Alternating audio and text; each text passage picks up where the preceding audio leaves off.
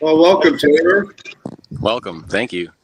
Yeah, my pleasure. So normally, because you're new to the show, I'll ask you to tell us a little bit about yourself, give us your background, and how you ended up here today. Yeah, well, my name is Tabor Teachout. I am the president of Biochar Coalition, which is a 501c3 nonprofit that's committed and devoted to educating about what biochar is, how easy it is to make, and how useful it is, and what to do with it once you've made it. And how did I get into this? Well, I am actually a shepherd. So I raise wool, sheep, and dairy cows, and that sustains my well being. And somewhere in the process of sharing a grazing pattern with a friend and neighbor, we were grazing on public lands, and they were covered with Scotch broom, and the sheep can eat the Scotch broom bark and leaves, but it's taller than the sheep because it's been so neglected and overgrown. So we began pulling it as a means to manage it, and we got into an argument about it. And the argument was that I wanted to pull it, chop it, and drop it, and just leave it lay there to become mulch. And his argument was it won't decompose very fast because we live in California. We don't get a lot of water and rain. And so because it wasn't going to decompose quickly, he thought it'd be better to pile it. And the objection I had to piling it is as soon as you pile it, somebody's going to show up and try to burn it. And that's exactly what happened. Somebody put a flare in the pile and tried to ignite it in the middle of a rain, and it was green, and it didn't ignite, it didn't burn, but it proved my point. Somebody will burn it if it's in a pile. And my friend, who also another board member, Tom Wade, his position was that we should do something with it besides leaving it lay on the ground, and he could understand my objection to piling it. So he asked me if we could put it in that pit across the way and make it into biochar. And I didn't know what he was talking about, and I didn't actually even ask him. I didn't get him to tell me what it was. I just argued with him about not wanting to burn in the pit with tires in it. He, of course, argued back, we'll remove the tires. And then he said, well, we still can't burn in that pit. There's a pine tree above it. You'll kill the pine tree. And he looked up, saw the pine tree. I won the argument. We weren't going to burn in that specific pit. But what it triggered for me is I wanted to know what biochar was, because I wasn't able to argue against something I don't understand. So I bought a book called Terra Preta, and that is actually the first book that was published with the word biochar in it. And it also was the smallest number of pages in a book available with biochar in it. So I thought, well, I'm going to buy this small book. I'm going to read it. And then when I understand it, I can go back to this argument with Tom, either pro or against the biochar. And I read the book, and it changed my life. I went to Tom and said, Tom, have you read this book? And he laughed. He says, yeah, from beginning to end. Isn't it great? I said, well, why didn't you tell me about this book? It's so amazing. And it's changed my life dramatically. So I've now created a nonprofit as a result. This is the most mature I've ever been. And we started by just trying to teach our neighbors and trying to get them to stop making smoky fires and make biochar. And it wasn't easy. It wasn't easy to convince neighbors. I was going door to door. I would invite them to a workshop. They wouldn't come to a workshop. So I stopped inviting people to workshops, and I just lecture people one-on-one and till they understand. And surprisingly, people understood. And as we started doing workshops, it's led to radio interviews. And after doing some of the public radio interviews, I was driving down the road seeing black piles of charcoal with incomplete sticks to the side as a direct result of them having heard our lecture, whether at a presentation or on the radio. But literally after one of my radio shows, a friend of mine sent me a photo and said, look, my daughter made this black pile of charcoal because she did hear your interview on the radio, and she did it only after hearing me describe how to do it. So it's motivated me to continue describing how to make biochar. And so a lot of my interest in the story is to get people to understand the simplicity of it and the carbon story generally. When it came to enrichment, Ken became our expert. I met Ken in the process of this, and I think you guys interviewed him last week or whatever month or whenever you did that. And he's an expert on the enrichment process. So I learned a lot from him and using the Korean natural farming practices from the book Jadam. And so what I learned after reading Terra Preta was that one book can provide so much information that I started reading more books, because I'm like, there's got to be more things I just don't realize. I've been neglecting reading. I have a dyslexia challenge. I read it 4 times, which means I really know what it says because I couldn't get past the paragraph. And so my lectures are glorified book reports, and everything that I talk about is, you could find out for yourself. I didn't do the discovery. I didn't do the writing. I just read them, understood understood them and can talk about them and repeat what I've heard or what I've read. And all of our books that we've read are on our website at biocharcoalition.org /read. And there's a list of books. All of them are linked to Amazon, where you can purchase most of them. Some of them are out of print, or used copies might or might not be available depending on the time when you look. But the simple story of biochar is what I want to start talking about, is what is that carbon, and how did it come to be charcoal, and how is it that we're going to be able to use that when we make it?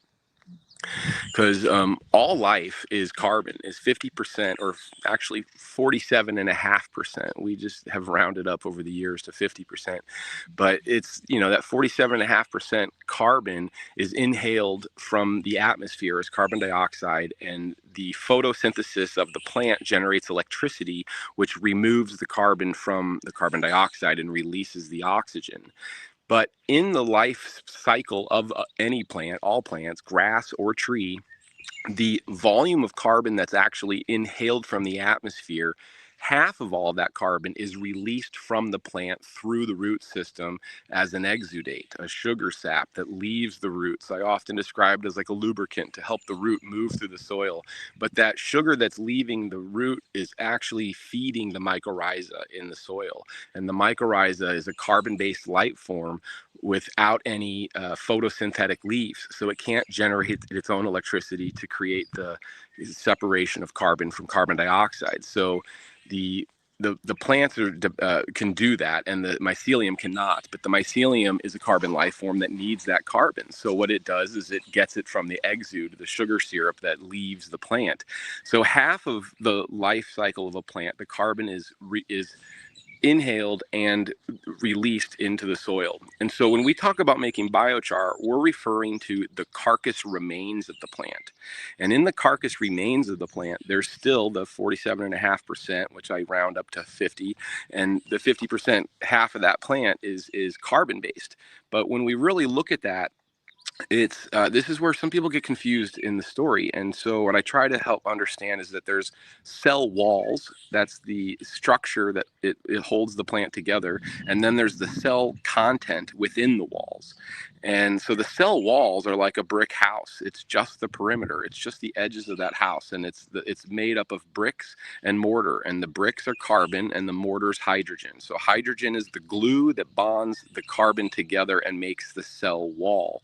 But it's made from the sugar content. So the sugar is the juices that flow through the plant. And when the plant inhales that carbon, it's mixing that carbon into its sugar formula, and it moves it through the plant and releases it into cell wall structure development and continues to be used in the sugar flow content.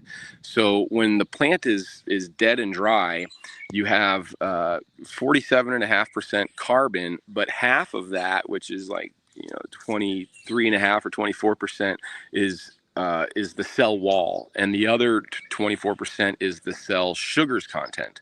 So when we're burning a fire, what we're burning off in the flame is the sugar content. It's also the case of smoke. If you see a smoky fire, that smoke is the steaming sugar content. And so we are releasing carbon back into the atmosphere. There are emissions. A lot of the marketing scheme that claims there's zero emissions in the biochar they're making is not actually true. What they're saying is there's no visible emissions in some of those burns, tiger cat kilns and whatnot. They like to say it's zero emission, but it's really just invisible emissions, because carbon dioxide is odorless and invisible. But a smoky emission is very visible. And we can make a smoke-free fire as well by maintaining the flame. The flame is the heat of the fire, and the smoke is not hot enough to be combusted into flame. So when we do a burn pile, to get the most efficiency, we also want to be clean. So we don't want to have a bellowing smoke. But in reality, no matter how smoky the burn is, the charcoal at the end of it will be the same quality as charcoal made in a smokeless flame fire. The content of the charcoal is the same product. And so the simple summary to charcoal is if the red hot coals are no longer flaming and they're no longer smoking, then you just apply water and then they crystallize instantly to a black crystal charcoal. And The temperature is 350 degrees is the magic number. If it's over 350 degrees, carbon bonds with oxygen and forms carbon dioxide. And a red hot coal is between 400 and 600 degrees, which is hot enough to combust into or to convert into ash. Now, the ash mineral is inside the plant as mineral. Potassium and phosphorus are their primary ingredients, and it's inside the charcoal, it's inside the cell structures as individual molecules throughout the plant. So once the carbon has evaporated into carbon dioxide, which is odorless and invisible, you won't see it. What you'll see is the black charcoal goes gray. The gray is the visible evidence of the ash, which was once inside the cells, but is now visible because the cell wall just evaporated into the atmosphere. And so in a burning circumstance, the last flame you'll see is blue. And you'll also see it on a match or a lighter. When you hold the lighter up and you look at the bottom of that flame is a blue flame. And at the top of the flame is a bright white flame. That bright white flame is the oxygen combustion. But the blue flame is hydrogen combustion. So the last flames we see in the burn is blue, gentle flames. And that is the final hydrogen burning off the glue that's the mortar that's holding the carbon of the cell walls together. And so when there's no longer flame and therefore no longer smoke, that charcoal is 95% carbon and 5% ash mineral. If it is allowed to sit there and radiate in heat, it will become 100% ash and 0% carbon. So our goal and our mission is to try to reduce the amount of ash produced and to increase the amount of charcoal produced. And so ash has nutrient and beneficial values, which I'm not going to argue with. They absolutely have benefits to our garden and our soils, and you can use ash to make soap as well. But having an abundance of ash is water soluble. And when you solve the ash into water, it creates a lye solution. Lye is caustic. And that caustic solution goes down the river, goes down the creek, and ends up in the ocean. Nothing will stop it. Biochar is a negative polarity carbon molecule, and ash is also a negative polarity molecule. So it won't stick to charcoal. It will just flow right through, but it will stick to positive ions. But that caustic effect going down the watershed serves no benefit anywhere. And we're having plenty of it from wildfires. So when we're making biochar, we're making a human-made substance. Like, we are intentionally making this. That's why we call it that. But the bio part is biology, and the char is charcoal. Because biochar is just a charcoal, but not all charcoal is biochar.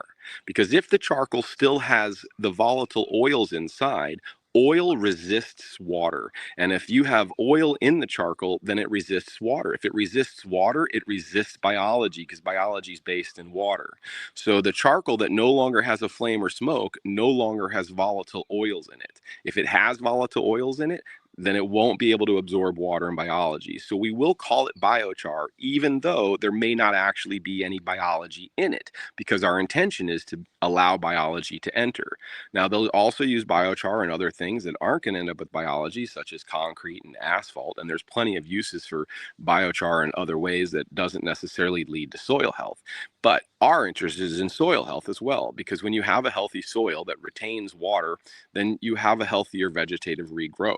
And how does it retain water? Is that the charcoal is porous and hollow. It still holds the structural shape that it grew. So if you have a hard wood, it's a hard, dense charcoal. If you have a soft wood or an annual plant, then it'll crumble really gently. It's very soft charcoal. So the quality of the charcoal can change based on the quality of what the material is you burn. But no matter what you burn, it's going to become charcoal if you manage to allow it to finish flaming, allow the smoke to dissipate, and then quench it to black solid crystals. And as far as what you're going to use with it, that can range from a lot of things. But I think you guys are focused morely on soil, so let's stick with that. And the cell structures are designed by nature to hold water and nutrients. So when we get them into the soil, you're making pockets and cavities with which can hold water and nutrients. And so when we make it, it's raw and it's barren. And the biggest mistake that people make, and this is why the original charcoal marketed was called Agrichar about maybe 10 years ago. And Agrichar had a huge failure because they didn't enrich it at all. They predominantly used cogen char, which is a higher ash content and that affects the pH. And the farmers that put it in their field for 2 years found a decrease in production, which was not exactly the way it was marketed. It was marketed, it was going to be an increase in production. It's going to have all these benefits, but they weren't seeing the benefits in the first 2 years. And the fail there is when farmers have a failed crop, everyone in the neighborhood learns about it. All the other farmers heard what they did and nobody wants to replicate it. So Agrichar had a huge fail because they didn't fully think about the fact that they needed to enrich it. The reality is, though, if you go back to those same farmers on the third and fourth year after they put it, it is now and today continues to be their most productive field. But the media already made the publicity. So we've already lost that opportunity to educate them in advance. But so the reality is if you do nothing to the charcoal, because it's a negative polarity magnet, it attracts all these positive ions. The number one nutrient that we need is nitrogen. Nitrogen is a positive ion. One molecule of carbon can hold 17 molecules of nitrogen. So that's a huge increase. You can hold a lot of nitrogen in that charcoal, but you don't just hold nitrogen in the charcoal. Just like the plant didn't just hold nitrogen, it holds a mixture. So that potassium and phosphorus, the other negative polarity elements that are inside of ash, that are inside the charcoal, they too can stick to nitrogen. So once you get that nitrogen in the charcoal, it bonds to both the charcoal wall and the ash mineral inside, keeping it there.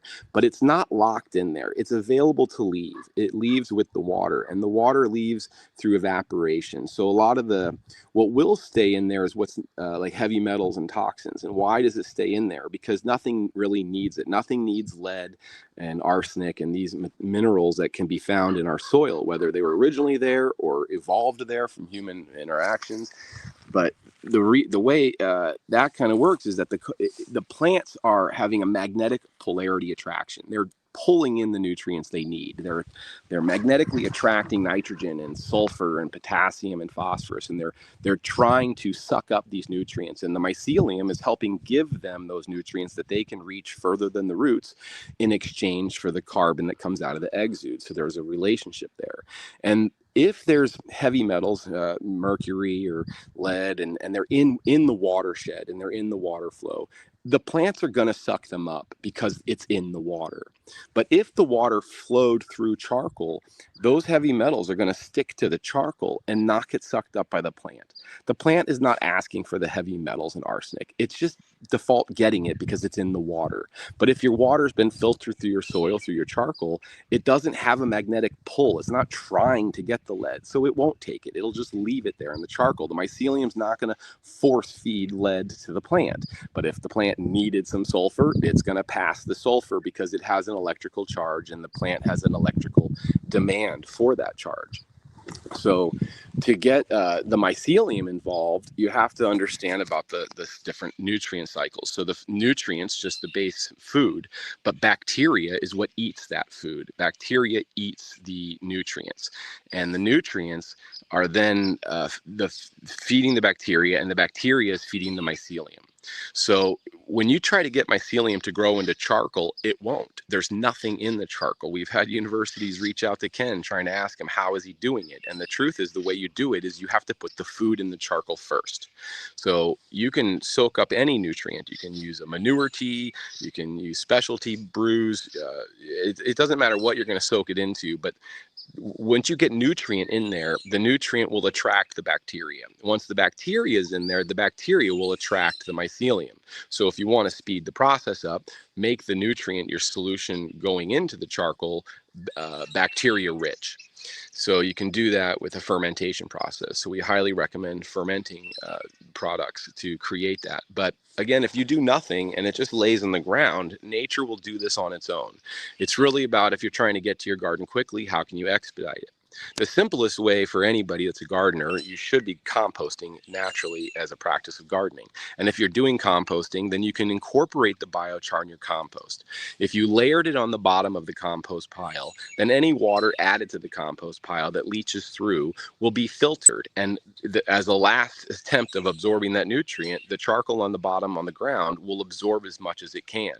If you put the charcoal over the top of the compost pile, it'll actually absorb the gases. We don't compost in our house because it emits toxic gases, but those toxic gases are emissions. Those are emissions that you get from a fire. Those are emissions you get from decomposition. They're both not high quality emissions. We're not going to want to inhale those things in our home, and thus we don't compost in our home. But if you put charcoal over the top, it absorbs gases before it absorbs liquid. It does not absorb carbon dioxide because the carbon's locked up in that oxygen and it rises right through, but it does absorb methane because methane's a little less stable. So methane is 4 molecules of hydrogen to 1 molecule of carbon, and carbon dioxide is 2 molecules of oxygen to 1 molecule of carbon. So a molecule of methane and a molecule of carbon dioxide is the same thing as 2 molecules of carbon and 2 molecules of water. So by allowing hydrogen and oxygen to be released in the atmosphere, it can recombine again as water and rain into the ground. But if it's still attached to the carbon, it doesn't immediately become water. It rises up in the atmosphere. And our biggest environmental challenge is the carbon dioxide that's in our air. Now, methane has an issue because it is rising higher up. It has 4 hydrogen, it's carrying it much higher. And so it's higher into the elevation. Now, charcoal or carbon is a black substance. And so black attracts heat. So when it's way up in the high atmosphere, that black carbon attracts heat, which heats up the molecule of methane, which means the hydrogen is a weak grab onto the carbon and it drops the carbon. The hydrogen would rather bond to itself as 2 molecules of H2, hydrogen gas. So now you have this short-lived issue, which is why methane is a challenge. That methane, goes up higher, goes up quicker, and it becomes the heating greenhouse gas. But the reason it's a real problem is it's short-lived as methane, but it's a double whammy because that single molecule of carbon falls into an oxygen-rich environment and becomes carbon dioxide. And the only way we're going to get carbon dioxide out of our atmosphere is through vegetative growth, which we're having challenges having enough land mass that's arable to generate enough vegetative growth to remove the amount of carbon dioxide emissions that we're putting into the atmosphere every day. So when we're making charcoal out of wood, that's wood that grew 25, 50 years ago. So that's carbon that was taken out of the atmosphere 25 to 50 years ago. It's not affecting the carbon this year. But if you took this year's garden crops, whether it's tomato stalks, corn stalks, hemp stalks, whatever stalks you have, if it's no longer of a value in your food system or in your garden, in your chicken coop, if it's a dry matter, it can be combusted. And if you burn the hemp stalks this year, that's this year's carbon you're sequestering and stabilizing. And just to give an idea of the volume here, a 5-gallon bucket is equivalent to 5 pounds of carbon. And 5 pounds of carbon is equivalent to the emissions of 1 gallon of gasoline. It's 6 pounds for diesel and 4 pounds for propane. So all of those emissions, every time you burn a gallon of gas, you're putting 5 pounds, a 5-gallon bucket of carbon molecules into the air. But if you manage to make a 5-gallon bucket of charcoal, you've mined and reversed, put carbon back in the ground. You've taken that carbon that was once in the air, it grew into a plant, and you crystallized it. Once it's crystallized as charcoal, it can no longer evaporate at all. It's stable, it's permanent, but it can still evaporate if it's heated up over 350 degrees. But it's hard to get to that temperature when you're soaked up with nutrients and water and in the soil, which is thus our intention is let's get this charcoal in the soil where it can have cascading carbon benefits to hold nutrients right there in the soil. Wow, that was amazing. That was a rant, dude. That was a rant. I can do that. I definitely like to polish it a little bit. I think you're missing some pieces, like when you use the term mycelium. Mycelium is basically the thread of fungi. So it could be Right. saprophytic, it could be mycorrhizae. Mm-hmm. So when you speak of mycelium, you probably ought to understand that like the saprophytic fungi doesn't exchange nutrients; it breaks down organic matter, whereas the mycorrhizae actually does transfer nutrients back. So I think you should Okay. stick to one or Stick with the the mycorrhiza. yeah, and then the other piece is the nutrient cycling system, right? So fungi don't eat bacteria; protozoa eat bacteria. Mm. And that's really important to understand. The bacteria, all the bacteria does, they're miners. They just Mm. mine. That's all they do. And they store that nutrient in their body, in that cytoplasm, which you do describe well, talking about inner and outer cell walls. That was fucking beautiful, spot on. But the only way you're going to get that bacteria to be converted into nutrients is two ways. One, the plant starves it. So the plant grows a ton of them and then shuts off that exudate, no longer feeds it. Now that bacteria is going to die back. And as it dies back, it's going to release those nutrients in the rhizosphere. So in the root coating, in the root stomach, for lack of better words. So to understand like the whole system, I think that's where the ecology comes in, the really of understanding the difference relationships between the bacteria, the fungi, and the protozoa. If you have all three, you have a functioning nutrient cycling system that you don't need any minerals. The minerals are, like you said, they're bound up in the soil. The plant can leak out the exudates, the bacteria can mine those things, and the protozoa graze in the bacteria, and bam, it comes right back plant available. But your understanding of biochar is very, very deep and very clear. That is really where my expertise lies, and often my lectures are shared with Ken because he's much more knowledgeable and experienced with the enrichment and life cycle sides of it. Yeah, So I appreciate your input. It's yeah. definitely, Hey, look, we're all on the journey, man. We're yeah, all on the absolutely. journey, right? The journey is you never stop learning.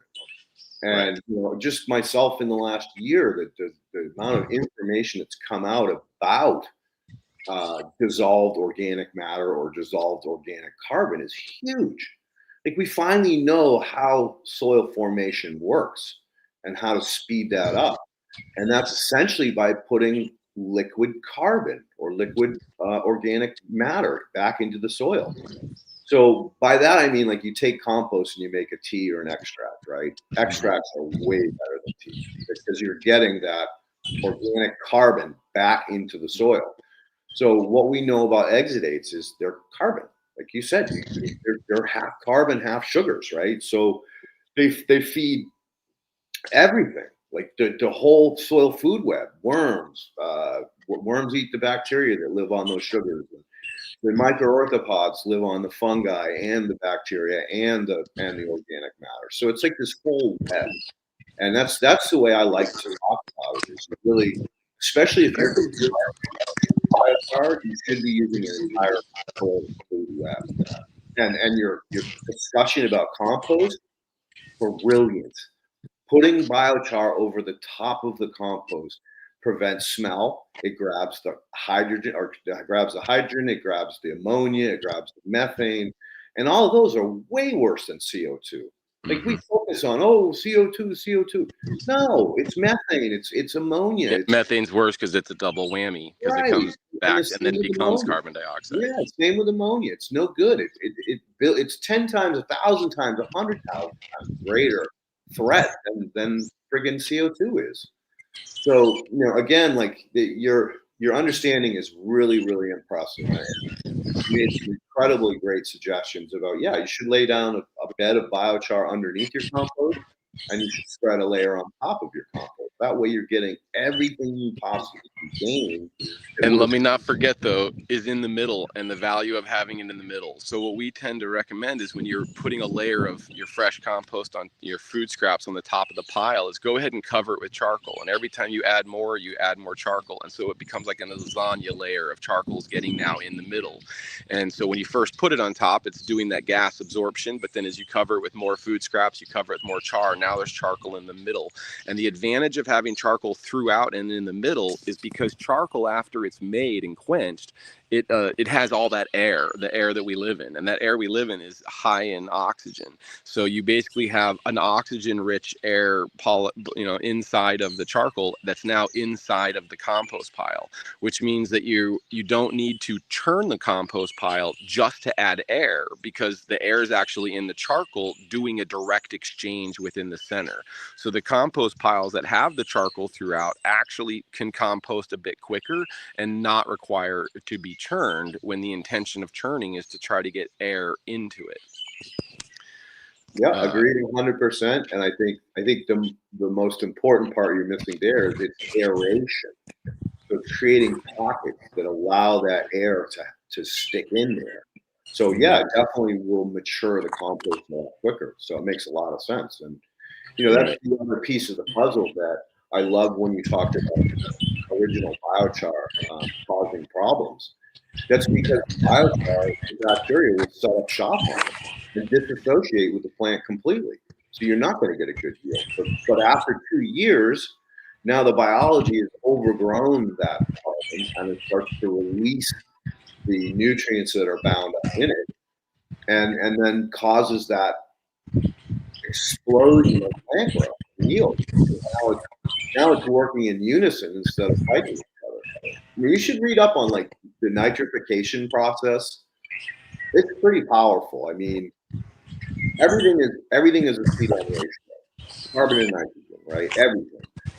We know that bacteria in a compost pile will have to start stealing nitrogen if the ratio of C to N is greater than 35 to 1.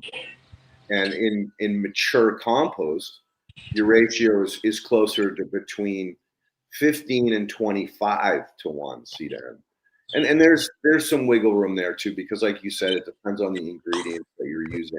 Whether you're making compost or biochar, it's still the same basic process of breaking down organic matter into nutrient, into biology, but creates a nutrient that's easily broken down further by the bacteria in the soil system. So yeah. And so to speak a little bit about, like, I actually don't manage a garden. I don't really manage a compost pile, because I have friends that do, and I make trades with them to get access to it. But where I actually utilize this is I do kind of landscape management using grazing as a practice. And I was grazing long before I learned about biochar. But now how I utilize these livestock in relationship to biochar is when we do a fire fuels reduction and we've converted all this fire fuels into biochar, we rake it out thin across the landscape, unless we have a gardener that wants to shovel some up and take it to their compost pile. But by having it across the landscape on the surface, it doesn't actually have any nutrients, but it's also on the surface. It's not in the root zone. And so grass will grow over it. And this is actually kind of goes to the story of Iowa. Iowa is the richest soil in our nation and the world that is not so man-made. The South American terra preta soils is definitely man-made in focused production. But in Iowa, perhaps the natives had some involvement as well. So I shouldn't say it's not man-involved, but it's a little bit less conscious as the terra preta process. And in Iowa, they have grasslands, and grass grows and dies and makes seed, and the seed drops to the soil and at the soil level, and the stems of the dead grass stay standing. But when lightning strikes or Native Americans ignited that grass, Iowa hillscapes quickly went ablaze, super fast, spread super far.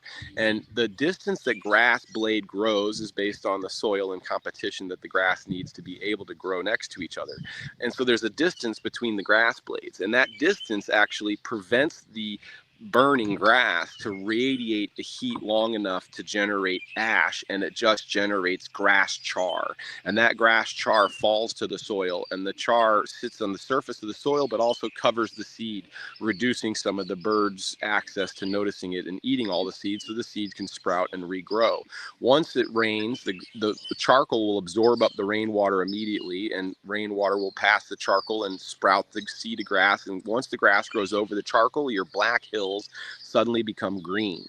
Green hillscapes are good for one thing, attracting grazers. And in our country, that was bison and buffalo, like hundreds and thousands of them. And they would show up in mass and graze until there was literally nothing to eat, because they were in competition with each other to eat what was available. And when there's nothing left to eat, they migrate. And because of their migration, that grass was allowed the opportunity to regrow. And now that it's regrown, well, when the bison were there, they shit and pissed everywhere, which meant they shit, all that manure and urine was sucked into the charcoal, making Iowa the richest soil in the world that was naturally created through this animal interaction. And if we only have 6 inches of soil left in Iowa, but when we first landed here, we measured, according to written documents, multiple sources, they measured up to 18 inches of soil, black soil in Iowa. And now in the last 6 inches that they've studied, they can say that 50% of that soil is charcoal. That's what it was made from. And then they reverse figured out, how did the charcoal get there? The natives weren't spreading it like they were in South America. It was literally grass charcoal for millennia of repeating this process of an annual burn. And so by having that charcoal across the landscape raw is not a problem, because it's on the surface. Where it lies into the problem is when you start tilling it into the soil and getting it into the root zone raw, because it's going to suck the nutrients out of the soil in a passive way that's in competition to the plant, who actively need to suck it up and don't have a relationship with the charcoal yet, because it's freshly put in there. Thus, it takes a few years for the mycorrhizal relationship to get the charcoal homogenized into the soil, so the nutrients within are available to the plants. But in those few years of the grass char pattern, the charcoal is being stepped on by the bison. It's being pushed into the soil. It's been pushed in with enrichment. So now it's available for the next season's growth. So what I've been doing is replicating this sort of behavior with the grazing pattern. I do a mob grazing, or specifically rational grazing, which is in one of those books called Grass Productivity by Andre. Oh, shit. Oh, boy. Okay. I know he said he's on. Somebody's probably calling him, and that's probably why he's waiting. There you go. Dude, I hope he's got a charger, man. He's got an additional. You're correct. Somebody tried to call me, and I just ignored the call, but I guess it interrupted that. Okay, well, I'll let you guys carry on. Okay, yeah, sorry about that. And so basically, when we do these fire fuels reductions, if we don't have a direct use for the charcoal, we just rake it out thin so the grass can regrow, and it does. Every burn site we've had, grass will grow the same season, because the insulation that's created from making the biochar in a kiln, the insulation actually prevents the heat from burning the soil and killing the soil microbes, life, and grass seed. And so the grass will grow over our black charcoal, and that's when I'll come in the next year with the grazing again, so that I can use the grazing to try to keep the fire fuels down, and then use the grazing to add the manure and urine. So I do more of a landscape process of enriching the charcoal using livestock and the microbes within their manure, because I only graze ruminants primarily. So That's thought I'd put that out there. Yeah, that's a very interesting way of approaching it. The recycling of the plant. I mean, so the other things about, I guess I wanted to explain, is how people can make their own charcoal without a kiln and with just simple a burn. And you can do a top-down burn. And the first mistake that people make is they ignite the pile underneath at the bottom, and they think that that's the right thing to do because the flame and heat will climb up and combust the pile. But the problem with igniting on the bottom of the pile is the heat generates smoke, and it just bellows smoke most of the day. And then the second problem is that people add wood to the fire, and it continues to bellow smoke all day. So to reduce the smoke emissions from a fire, we advocate you make your pile and you ignite it on the top. If you ignite it on the top, the flame will consume any smoke that develops below. And the smoke that's developing below is because embers are falling from the initial combustion at top. And as embers on bottom generate smoke, smoke rises. But as the smoke rises, it hits that flame, which means it combusts and becomes a larger flame. As the flame gets larger, that entire pile will very quickly be fully consumed by flame. And at that point, you have to stand back. Nobody can stand that close to a blazing fire. But the next tendency that people have is once the fire dies down a little bit, it's approachable, people want to start adding wood, and they add wood all day long. Well, we are advocating that you stop adding wood. Once you've ignited the pile, don't add any more wood. You can simply make another pile and burn multiple piles. But the reason is anything you add on is cold wood. And that cold wood that you're adding on basically is going to not be reaching combustion right away, thus the bellowing smoke. And by the time it reaches combustion and goes back into flame, the unfortunate thing, everything below that burning stick is already done. It's already potential biochar, but is now converting to ash. It's because the winds are blowing from the side, the winds are oxygen rich, it could be a gentle breeze, and so the ash starts forming on the bottom while the sticks on the top continue to burn, which is the reason we say don't add more wood, just focus on the completing the combustion. If there's a few sticks that are still smoking or still flaming, I use a pitchfork because a shovel will lift up charcoal that's complete. A pitchfork can only lift up incomplete pieces. If you look closely and watch it, you can notice the smoke out of incomplete wood is more blue as opposed to white steam. It'll be a blue steam, and that blue is that extra hydrogen that hasn't combusted. And so we use a pitchfork to remove any incomplete sticks that are not done burning, and we set them to a side in a smaller pile. They'll be smoking as you carry them there, but as you get 3 or 4 of them together, they start radiating enough heat that they'll combust back into flame, and there'll be a cute little campfire right beside this big black circle of red hot coals. And now that you've removed all your incomplete sticks, apply water. If you don't have water, use dirt. Dirt will work. You have to get the temperature less than 350 degrees. And so then you can end up with about 10%. And if you do my secondary pile and you allow it to complete burning and then do the same thing, move incompletes and quench again, you can get to 12%. 12% charcoal. Now, if we remember from the conversation earlier, we only had about 24% of cell wall structure available in the plant. So you're only going to get 10% of that retained with an above ground pile. Now, what you can do to double that is to utilize a kiln functionality, a flame cap kiln specifically. Now, flame cap kilns could be expensive, but they don't have to be. We primarily use the Ring of Fire, which currently is sold by Tartar Parts, and it's about $2,200 with shipping, and it's recommended as a great tool. However, you can also make an earthen pit. There's in the video, I see he's showing you a wonderful view of my first burn kiln with this great peak blaze. But to create an earthen pit is simple. It's just dig a hole in the ground. Now, earthen pits have caveats. Some states, including California, it is illegal to burn in a pit in the ground. And if you understand the reason for the law, you can make your own decision about whether you're going to follow the practice of the law. But the reason it's illegal is that a fire can ignite the root of a tree and underground, and a live tree or a dead tree. And if a root of a tree gets ignited, it's going to spread underneath that tree. It's going to kill the tree, but it's going to spread to the next tree. Once you have a fire underground, there's nothing that can stop it. Firefighters can only fight what's above ground. And there are still today fires that are burning underground. Every year they calm down in the winter, but come spring they pick back up because the embers are not out. Nobody can see them. Nobody can find them because they're underground.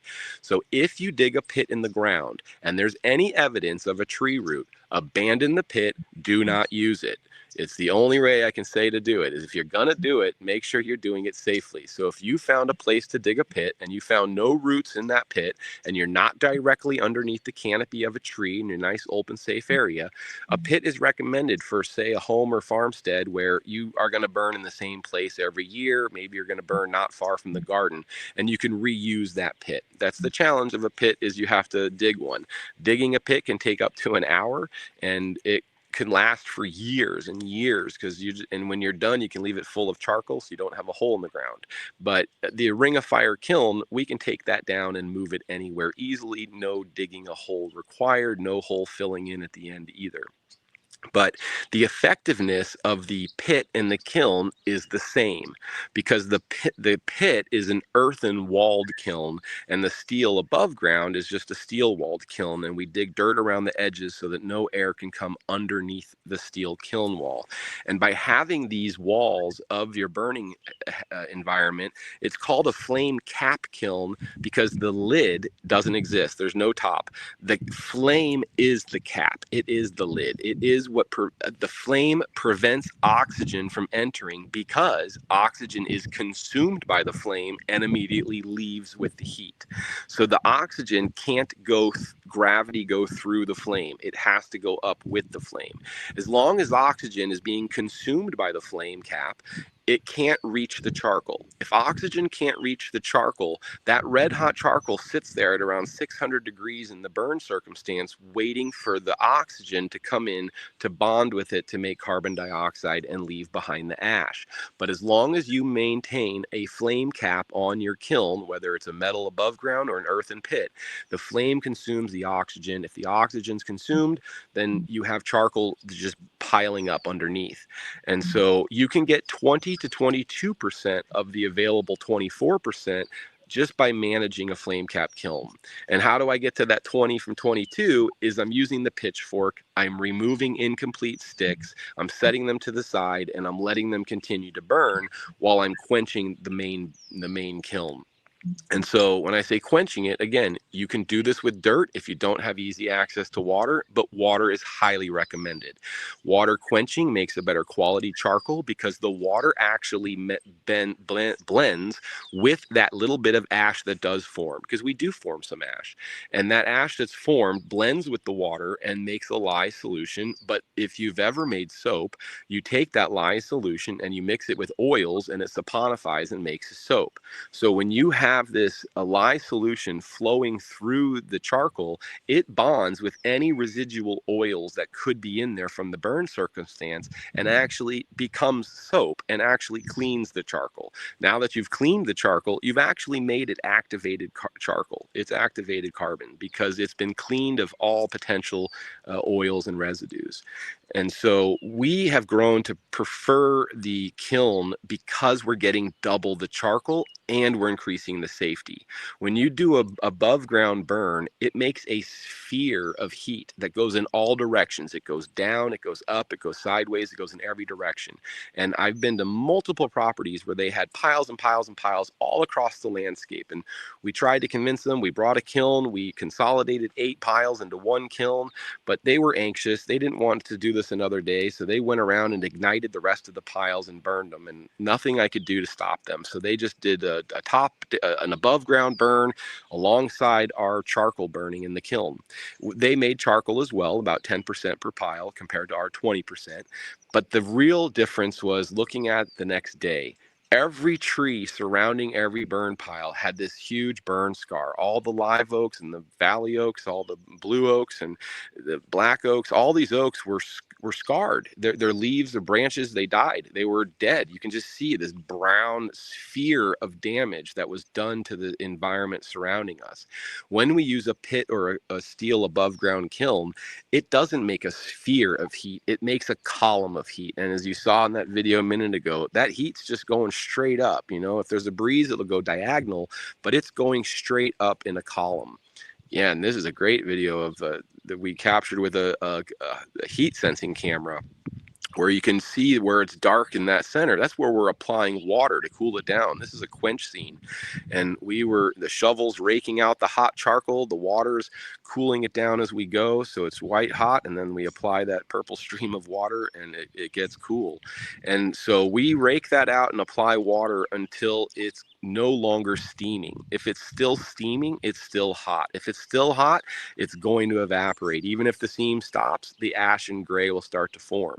Now, we've had piles 5 days after we made them, and they show up with a spot in the middle that's gray all the way down to the bottom.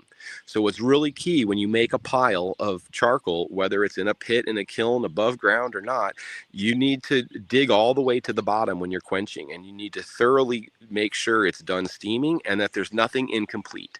Because when there's one incomplete piece in the bottom, it will continue to radiate heat and combust. And that heat, you won't see smoke bellow because the charcoal above it will absorb any of that smoke. But what will happen is it generates the heat necessary to convert it to ash. And so when I showed up at this pile 5 days after I put it out, it was about a foot deep. It was a thick pile of charcoal. But I walked over to it because it had a gray spot. I was like, what's the gray spot? When I got there, it looked like what you see in a movie where they take a white tape and they outline the dead body on the road. Well, it was an outline of the piece of wood that was sitting at the bottom of that pile that was incomplete, and it converted to everything above it into ash, and there was a river of ash leaving that shape, which was the direction the wind was blowing the heat. So you still need to go back and check on any charcoal you make the next day. But if you start enriching it with nutrients, then it's going to be cool. It's not going to be heated up again. The real risk is if you're leaving it in a pile. And the reason we leave it in piles is we are often intending to move it to somewhere else. A lot of times we'll shovel it into a wattle sock and use it for erosion management across the landscape. You can shovel it into a pillowcase and hang it into your pond, and it'll absorb the nutrients out of the pond. Ponds that are growing super lush with algae is because they're super lush in nutrients in the water. So if you use the charcoal to absorb the nutrients out of the water, you can combat the growth of algae by simply removing the nutrients that fed the algae. And so once your charcoal's been soaked up in the pond, you take it out, replace it with some fresh charcoal. Now it's enriched. Go add it to your garden or your layer in your compost, and you can be putting the wattles in the inflow of the pond and also at the outflow of the pond as a filter system. But you can also just hang them in like a buoy on the side of a dock or a floating bag. Because it's a negative polarity. It just attracts nutrients to it. That's a great suggestion. I know a lot of people have. But yeah, so when you do a kiln burn, so another advantage of a kiln or a pit burn compared to a pile burn. When I describe a pile burn, I really advocate please don't add more wood, because doing so is only going to increase your ash content and decrease your potential charcoal. You can do another pile. But if you have a kiln, and it's an earthen pit kiln as well, there's a key thing to learn is how to get it to complete combustion. And the first step is the original ignition. You treat it the same as an above ground pile. You light it at the top and you let it burn down until it's done. But when it's done, and I would normally say an above ground pile, you quench and add water. Because you're choosing a flame cap kiln, you can actually add more wood. And as you add more wood, it will start picking up the flame again. And then the consistency plan is to maintain a flame on the top of the kiln. So if you feed the kiln too fast, you'll smother the flame, and you can bellow smoke all day long in a pit or a kiln the same as you could with an above ground pile by not properly managing it. And that's part of why we do workshops to train, proper management of how to maintain your flame cap. So as long as you're not overfeeding so fast that you're smothering it, you maintain the flame of that kiln. You can continue to feed wood all day long until your pit is full, your kiln is full, or you've run out of biomass, which is more commonly the problem, because we don't want to drag big brush over 100 feet. We would rather move the kiln and do another burn. And so you pretty much, your limitation becomes how big is your pit and how much biomass you're willing to drag into it. But when you're done with the pit or done with the kiln, you add water and you stir all the way down till the bottom so it's completely done. You don't have to empty the pit, but you can, as long as you've gotten down there to make sure it's no longer heated up and converting into ash. And so that's definitely one of the reasons I came, is to make sure people could hear that, how simple it is to make charcoal. And you can also make it in your wood stove. If you have a wood stove circumstance and you're heating up your home, instead of shoveling out ash, which is the common practice of a wood stove, you change your pattern. You bring a bucket of water and you set it next to the stove. And when you would open the stove and think, oh, there's a big bed of red coals and there's no flame, I'm going to just add another log. That's the tendency, just add more wood. What I would say is don't add more wood yet. First, shovel out 2/3 to 3/4 of the charcoal that's in that stove. Put it in a bucket of water. It immediately quenches. A little steam might come in the house, but your house is already dry because you're doing a wood stove heat. But by taking out that charcoal and quenching it, you're making something of the value, and you're reducing the ash formation, because that charcoal has nothing left to do but become ash. And it's about 400 to 600 degrees. So it's not your bulk heat to the house. The bulk heat to the house is that 1200 degree flame that you're going to get when you add more wood. And the reason I'm saying you're leaving a third to a quarter of that charcoal in there is I don't want to start the fire from scratch either. I'm going to accept a quarter to a third loss to ash, because I'll use those charcoals as the heating to add the new wood to ignite it without having to start from scratch. There's another method that we've seen online that is using, if you're familiar with a buffet table. A buffet table has those stainless steel containers, and you can buy a container that fits perfectly inside your stove, because they come in different size containers and different size stoves. But the container, you want to make sure you get a flat lid, not the lid with the ladle hole in it, for, you know, that'll just let air out and in. What you want is a flat lid that just sits on top of that stainless steel container. Now you can pack that container with leaves, with shirts and cotton clothing. You can put pine cones and wood chips, things that might be actually harder to burn in your fire, because you can't easily stoke a fire with a shovel full of wood shavings or wood chips, because they would smother the fire. But if you filled them into this container, you're still doing a normal fire in your stove box, but instead of just adding another log, you rake your bed of coals out, you slide this thing into a hot bed of coals, you stick a few pieces of wood on the side to maintain the heat and combustion, and that little box acts as an oven. And inside that oven, it's over 400 degrees, it's now steaming out the gases that are volatile. And as those gases steam out, they're combusted by the flame that you have from the wood in your wood stove. But now you're getting the heat from everything inside that steel box.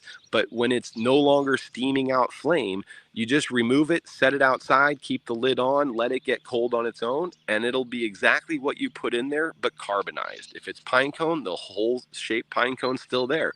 If it was your, ruined denim and t-shirt, they are folded just as they were when you put them in there. The individual knit is visible, but it's charcoal. So when you touch it, it'll just disintegrate, because charcoal is super brittle. It's like porcelain when you hear it. It's a beautiful sound. But there are ways you could be making it in your wood stove, in your current burning practices. Any burn circumstances has the potential to be making biochar, as long as you understand no flame, no smoke, add water till there's no steam. So that was another great one. You want me to keep going, or do you have any questions to direct to this? Well, let's reel it back a little. How am I doing? Bioremediation. You keep following along? Yeah. So again, there's a lot. Can you still hear me? I guess I don't hear you. So. Yeah. I hope this is all right. Can you hear me? Can you hear us, Tabor? Because I hear you. I hear you, Ken. I wasn't hearing both of you though. So you can't hear me. But yeah, I think that was part of my wanting to tell how you can make charcoal. That's the key thing. The other things that we could be using it for is when it goes to, if you have chicken coops, go spread it in your chicken coop. By having the charcoal in your chicken coop, it immediately absorbs the gases, the smells, the odor. A chicken coop is toxic to walk into. If anyone has been in there, they should know that.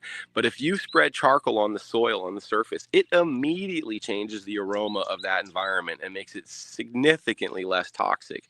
And also, when you eventually rake out that chicken poop to add to your compost or garden, with it's going to come the charcoal. So for me, I don't do a lot of the fermentation and quick enrichment processes. That's Ken's focus and specialty. Where I go to is animals. I raise animals. That's my shtick. And so you can also, I saw this other great video where they use the charcoal, and you make a fresh batch of charcoal and you put it in some water. And what happens is the fine particles, the flour particles, stay in the water. And so now you have this like black water. The water's, if it sits still, it'll settle. The charcoal will settle in the water. But when that charcoal is stirred throughout the water, you can use that water to feed your chicks, and it'll actually absorb any toxins in the environment. It'll help the chicken's digestion, and it has improved the vigor of young chicks by absorbing any adverse toxicities in their environment. It's going to absorb it right in there. And there are studies out there about feeding it to livestock, feeding it to ruminants, sheep, cattle, or whatever, and there's validity to it, and it does improve the compost. The gut is like a compost bin. So by adding that charcoal in their rumen, it's the same as adding it to your compost. compost. It's adding benefit. It's absorbing toxins, which means the liver won't have to process those toxins. It's absorbing nutrients, so it's going to come out the other end. An earthworm can eat charcoal, but it can't break it down. It can't decompose it. The earthworm can only chew it into smaller pieces and then enrich it with their gut system and then manure it back out. And a lot of the people that really love the idea of feeding it to cattle is that, well, the cattle is going to carry it out into the field and defecate it in the field, and now you've spread charcoal across the landscape. So I agree, all those things are true, and it does happen. Now, here's the downside of why I don't actually feed it to my livestock predominantly. Because if they chew it, if you've ever chewed it, I chew charcoal all the time. When I make it, I want to know what the difference is in the texture, and I use my teeth as a means to find out. And some people cannot stand it. It's very similar to that texture of like scratching your fingers on a chalkboard. It's just really uncomfortable for some people's mouth to have that happen in their head. So not everybody enjoys chewing on a piece of charcoal. But the problem there is the chewing on the charcoal can actually wear down the teeth. So if you're going to raise an animal to eat, like a steer, well, who cares about the teeth? You're not going to raise them for but a year. And so in those cases, I think there's really no problem with letting them chew it because they aren't going to live a long life with those teeth anyways. But for me, my livestock, I want to raise to their old age. I'm raising dairy cows. I want them to make milk as long as they can. I'm raising wool sheep. I want them to make wool until they can't. So I want my animals to live a long life, which means I need them to have really good teeth because the teeth is how they get their food and their nourishment.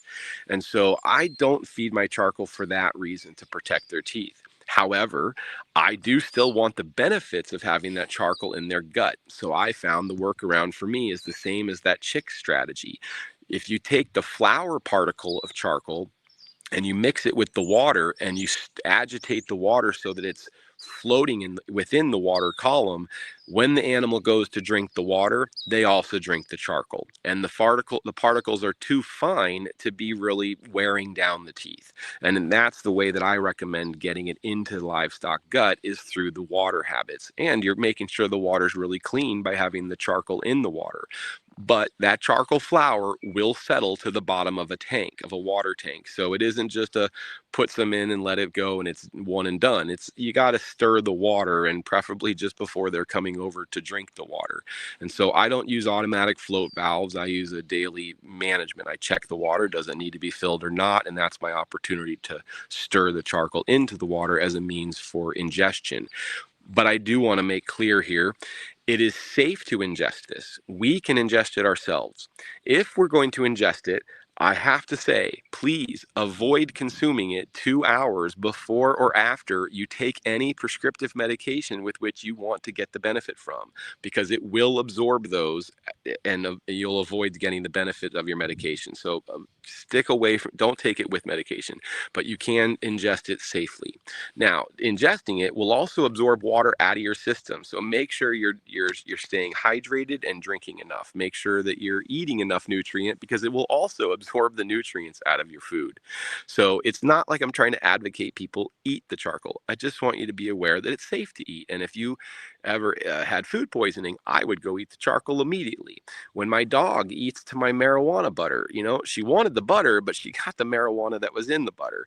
Well, when the first time it happened, my dog was drunk for 3 days and terrified and hiding and just miserable. And I didn't understand what happened right away. It took a while to realize, oh, she got into that ganja butter. So now I've learned, if you discover your drunk dog and you're suspecting it ate something, whether it's marijuana or some other toxin or poison, if you give them the charcoal to ingest, the charcoal absorbs those toxins, which means it stays in the charcoal. It moves through their gut, which means it removes it from the bloodstream so that the liver doesn't have to process it. The reason it takes 2 hours, they've already got some in their bloodstream, and that has to wear out. But anything that hasn't made it to the bloodstream yet that's still in the gut will stick immediately to that charcoal and move through the gut. So I now immediately recognize the issues and symptoms. When I have a sheep, I actually grazed somebody's garden recently, and And one of my sheep, the day after it was in that garden, was no longer eating. And that is concerning. An animal that doesn't eat when they only got a limited time to is a problem. And so when I talked to the owner, I said, well, what else is going on in your garden? Why is there this sheep not acting well? And he finally recollected he tried a gopher poison one year and it didn't work. The gophers didn't eat it, but he still had it in the garden on the ground. So we finally realized that sheep had eaten the rats or gopher poison. So now that I knew my animal had been poisoned, I knew the solution, and I went and got charcoal immediately. And for 2 days, I fed him charcoal. The first thing that animal wanted to do was rinse his mouth out from the texture of chewing on charcoal, and he went straight to the water trough and started drinking, which is great because it helps get the charcoal down the throat. It rehydrates him because he was getting dehydrated. He had no interest in drinking or eating before that. And by the next day, he was eating a nibble at a time, a little blade of grass here and there. And by 3 days, he had gotten his appetite back. In 4 and 5 days, his ears were now upright. He was not looking ill at all. And I'm certain if I had not figured out a toxin, if I had not added the biochar, he would have died without a doubt. So for me, if there's any symptom of an animal that's not eating or weak, you should immediately add charcoal into their diet to try to absorb any potential risks that they have eaten. Can you hear me? And so charcoal's a great usable thing. Tabor, hold up for a second. I want to make sure that you can hear Leighton. I see you talking, but I don't hear you. So you can't hear me. Ken, can you hear? Yeah, I can hear you fine, Leighton. Yep, I don't hear a thing. Gotcha. Okay, Well, you're Tabor, you're hearing. You've turned down your microphone or your speaker on your phone. Too bad it doesn't have a transcript so I could read. I don't know why I'm not hearing you, but you can hear me. Can you hear me? Ken, can he hear you? No, what's happened, he's turned down his speaker because he's holding his phone in his hand. He's pushed the button and turned down the speaker. So let me create a banner here and see if I can turn up your speaker. Oh, spell it right. Okay. There's nothing I can do on this end that I can see. I have it on full speaker. Tell him to check his silent. Have you? Yeah, I'm really sorry. But do you hear me? Yeah. Well, I mean, I could keep talking, but I'm just not able to hear if there's any questions or any direction. I literally hear nothing from either of you. Yeah. Okay. I don't know if I should log out and log back in. All right, I'll hang up and come back in.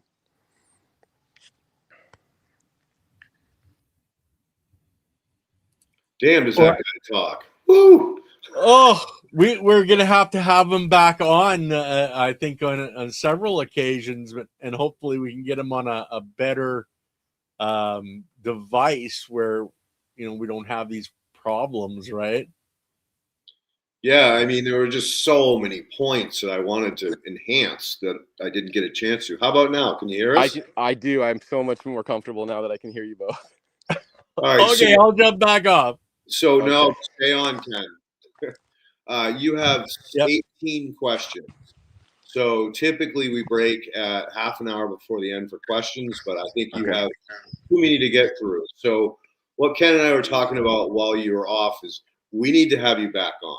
You hit on so many points that are so valuable that we didn't get a chance to discuss because you were on a rant, which is great. I can do that. Yeah, no, that's great. I'm a ranter, right? So we're all about ranting, but it's just there's so many valuable things that you said that we should have expanded on as we went along. But needless to say, we'll have you back on soon. Okay. But let's get you through the questions because you have a lot of them. Okay. So Chadwick wants to know, just started using biochar for my garden. Any suggestions on best practices for biochar? Enrichment. Enrichment's the one thing that people can fail, and the simplest, easiest is urination. Pee on your charcoal at a minimum. The easiest really is incorporated into your compost practice, and as you move your compost into your garden, the biochar will move with it. But lack of enrichment is the biggest fail you could have, and it won't be a total fail. It'll just be a delayed success.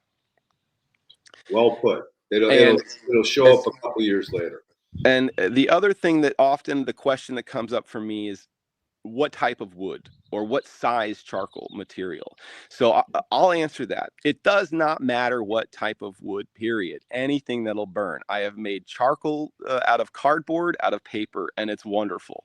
But what you need to understand is back to that cellular structure. If you start with a hard wood, you get a hard charcoal. You start with a soft wood or paper, you have a soft charcoal. If you want a really supple garden bed that your fingers are running through, you want that fine charcoal. Now, your oak hard charcoal could turn into fine by crushing it. Crushing it's an issue and a challenge. Again, don't inhale it. That's my biggest warning, is it's dangerous to inhale it. It is not dangerous to ingest it. I think I went on the tangent about eating it, but I want to make it very clear. It is dangerous to inhale because it sticks to your lung, just like it sticks to everything else. That is how coal miners died from black lungs disease. So definitely don't inhale it. But as far as the size, you can sift it. You can sift it in a screen if you want, and then you have your fine stuff and your chunky stuff separated. The chunky stuff has great value, especially that hard chunky stuff, oak and stuff. Well, for using erosion management, if you have an erosion management issue, you want to build a bed somewhere, that chunk has valuable. Now, I don't have an issue with it being mixed sizes in your garden bed, because the finer it is, the more surface area it is. The more surface area it has, the more nutrient bonding it can do. So the small stuff is, of course, what you want. But here's why I'm actually okay with that mid-size and large stuff included, and not neurotic. I'm not neurotic about sifting it out, because my mindset is, if I have a chunky piece of charcoal and it's in that garden bed, think we can all agree the nutrients are on the outside edge of it, and the core is probably still raw. But how that serves us in our long term is that raw charcoal, when you pull a plant out and you expose the soil, or if you dig a hoe out a ditch to plant, when you manipulate that soil, that charcoal can break on its own from the physical of shoveling, from tilling it, or from heat and freezing. From freezing in the winter and defrosting, charcoal will break down into smaller pieces. If it breaks down into a smaller piece later, it exposes the core as raw, making it a capacity to absorb up new nutrients, because biochar is finite. It can only take on so much. It's a limit in its capacity.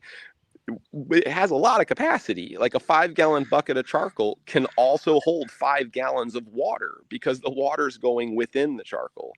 But if you have that, raw charcoal that shows up later, that's great, because you have nutrients later that the other charcoal's already absorbed, and so now, or can't absorb more. So you have new charcoal exposure to absorb more. So you don't need to be neurotic about it being all fine or super crushed. But if you want that benefit quickly, then you want to get it as fine as possible. And as far as the type of wood, again, if it's hardwood, it's still charcoal. It's all carbon, but it'll be a different suppleness. I first started making soil mix using oak wood charcoal, and I literally was making a nut soil mixture, and I was trying to do 50% charcoal in my soil mixture, and I peed on it in a bucket, and then I took this charcoal from this pee bucket and I started crushing it in a mortar and pestle. Now, there's two things. One, that's extremely tedious to sit there and hand crush a mortar and pestle charcoal. The other problem was I now smelled all that urine again, so it wasn't very fun to do. But as soon as I made hemp charcoal, which is absolutely my favorite charcoal, it is so soft and fine, you can crush it with your fingers into a fine flour. That has shifted it for me. I no longer use a mortar and pestle and crush hardwood charcoal. I just make more soft material charcoal. I recommend using all of your garden crop scraps, your orchard prunings, your corn stalks, your tomato stalks, the stems of your pumpkin, anything that's woody that can burn. I recommend burning it rather than composting it. Yes, I understand you need some of that in compost, but I'd rather compost that wet, rotting pumpkin and burn the stem, because then I get the charcoal. Because because the charcoal's permanent and long lasting, and the compost will decompose and evaporate into carbon dioxide and methane. When a tree dies in the forest on its own, it decomposes and evaporates into carbon dioxide and methane. It's the termites that eat it and make methane. There are more termites making methane in our forests than the methane being generated from the California dairy industry. And the dairy industry methane has a lot to do with their feeding it grain and the cows having indigestion. That's a whole nother tangent, though. All right, well, we better keep going on the questions because okay. not another one during that one. Yeah. Now you were saying earlier about the cell walls, etc., and they're wondering, wait, is this host saying different plants are going to have different wall structure in the chat, and the porosity of char is not based on the temperature?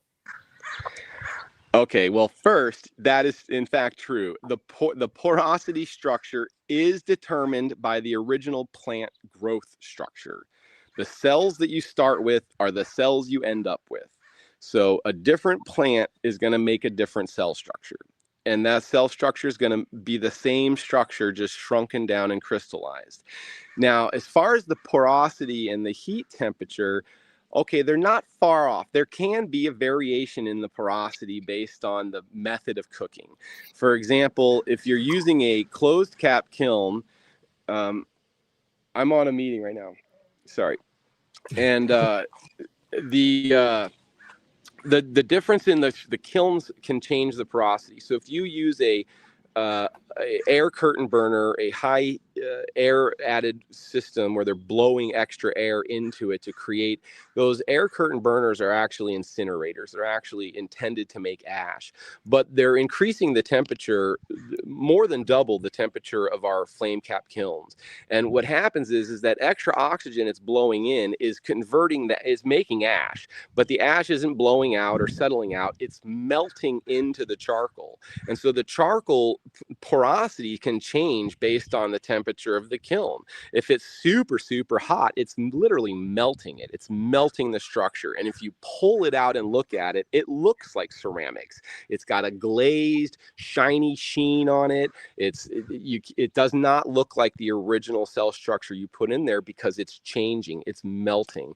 And if you're using a lower temperature kiln where it's like 800 degrees and less, then the problem is you're not actually burning all the volatile oils. And there have been studies where they go put this low temperature charcoal out onto an orchard with leaf litter on the ground, and they just topically applied it, and it immediately caught fire to all of the leaves because there's still volatile oils in a low temperature burn charcoal. Then those volatile oils can ignite the leaf structure underneath the orchard. So the flame cap kiln, from my experience and from studies, have shown to be the highest quality charcoal you can make. And so the porosity, though, is limited to the plant you started with.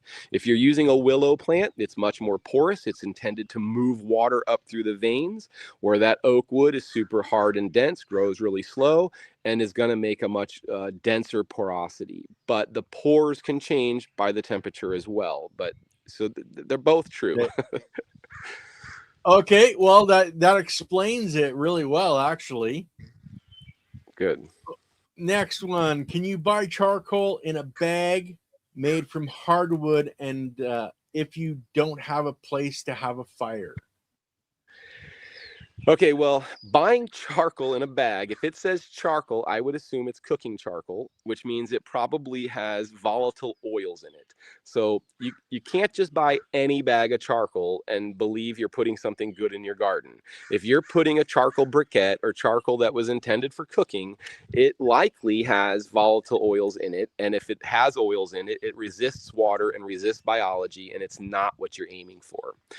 If you're actually buying a bag of biochar, you're believing that whoever made that is made it under the conditions that it will now absorb water. And you can there's a field test you can do when you make your own charcoal, and you could presumably do it with the bag that you purchased. If you take the charcoal in your hand and you crush it in your hands are going to be black instantly, right? You got this black charcoal all over your hands. Now, if you can run your hands under water and just rub your hands together and all that charcoal leaves, or if you don't have water and you're willing to rub it on your pants, you just rub it on your pant leg. And if the charcoal comes off onto your pants, now your hand is clean. That's good charcoal. That's good biochar because there's no oils in it. And the only place it's staying on your hand is in the crevices where you have your own oil on your skin that's holding it there. But the majority of it will wipe off your hand. If it doesn't wipe off your hand, if you're just smearing it, it has oils in it. You need soap now to wash your hands. If you need soap to wash that charcoal off your hand, it's charcoal, not biochar, because it has the oils in it that require the soap to remove it. So that would be a field test. Now, it's not so common that I've seen just bags of charcoal. What I have seen are products of soil blends that incorporate biochar into the soil blend. But to be clear, my understanding is they are doing it at the cheapest method possible. They're just adding a 5 or 10% raw charcoal into that bag of soil. So it's not truly enriched charcoal. It's becoming enriched by being in that bag. When we talk about enriching it, we are talking about soaking it through and through, getting it to suck the nutrients into it. But when you mix raw, dry char with a dry soil blend, it's still fairly raw, but it's headed towards enrichment. I don't know a lot of people that sell, I'm sure you can find some bags of charcoal, and you can buy a bag of biochar and add it into your garden if you don't have a condition with which to make your own and burn. But if you are gardening, you have a garden bed, you have a soil spot, you have plant stalks, you could be making it right there in your garden. You don't need a 6-foot deep pit. You can do it with a 1 or 2 foot deep pit and do it right there in your garden and just burn your corn stalks right on site, quench it right on site, and then enrich it right on site. Don't urinate on red hot coals. We have done this enough times. That makes nitrous oxide, and it rises straight up into the face of the person peeing. So it's really not recommended. Though I did say pee on your charcoal. So that's encouraging you to pee on black charcoal, not red hot coals, just to be clear. Yeah. Quench with water. Okay, and that's not the norm. Is people are going to use like an extract or a tea, or like what Kenneth does, which is the insect brass, etc. Right, it's right. Getting the biology started. But we're gonna go on to the next question. I love how we'll keep sell going you a bag and of charcoal if they're in California. I'll bag up a bag and sell it to you. So you guys can reach out to us. And we've started a business called On-Site Biochar Services, which both will show up to your site and make your fire fuels reduction into biochar for you. Or if you these are the two questions we have: is will you come burn our fuels? And the other question is I don't have any fuels to burn. Can I just buy some charcoal? So we created a business which is separate from our nonprofit, which is the purpose of selling the service to make you biochar with your materials, or to sell you the bag of charcoal if that's all you wanted. And we take it from properties that they don't want the charcoal, they just want the fuels reduction. And so we can connect somebody with charcoal. Can people access that link off of your website? I will make sure I get it put on there. Our business is onsitebiochar.com.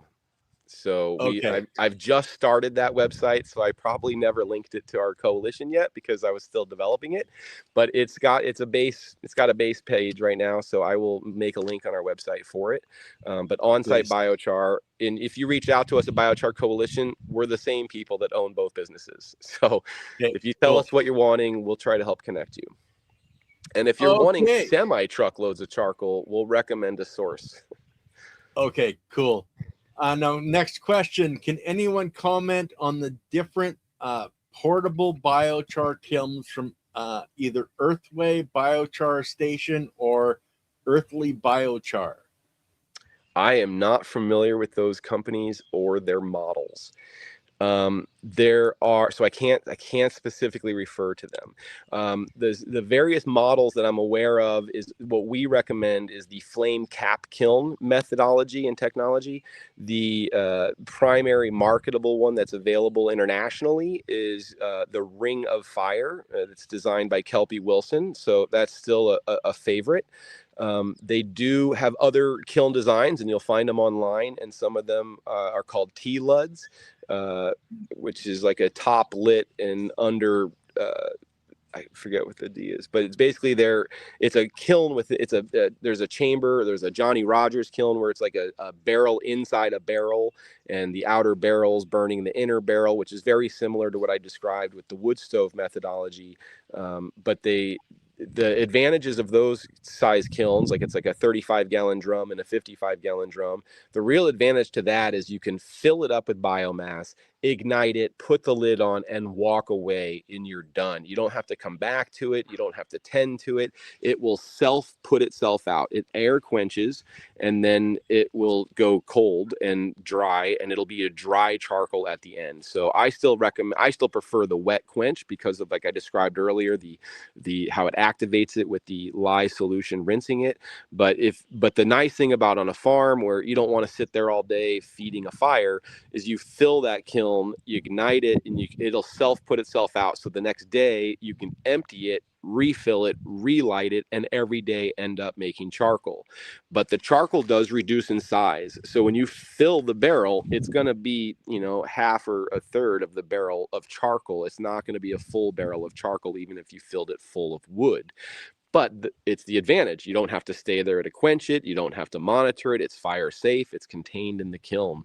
And so I don't actually know which method those different companies use to make the kilns.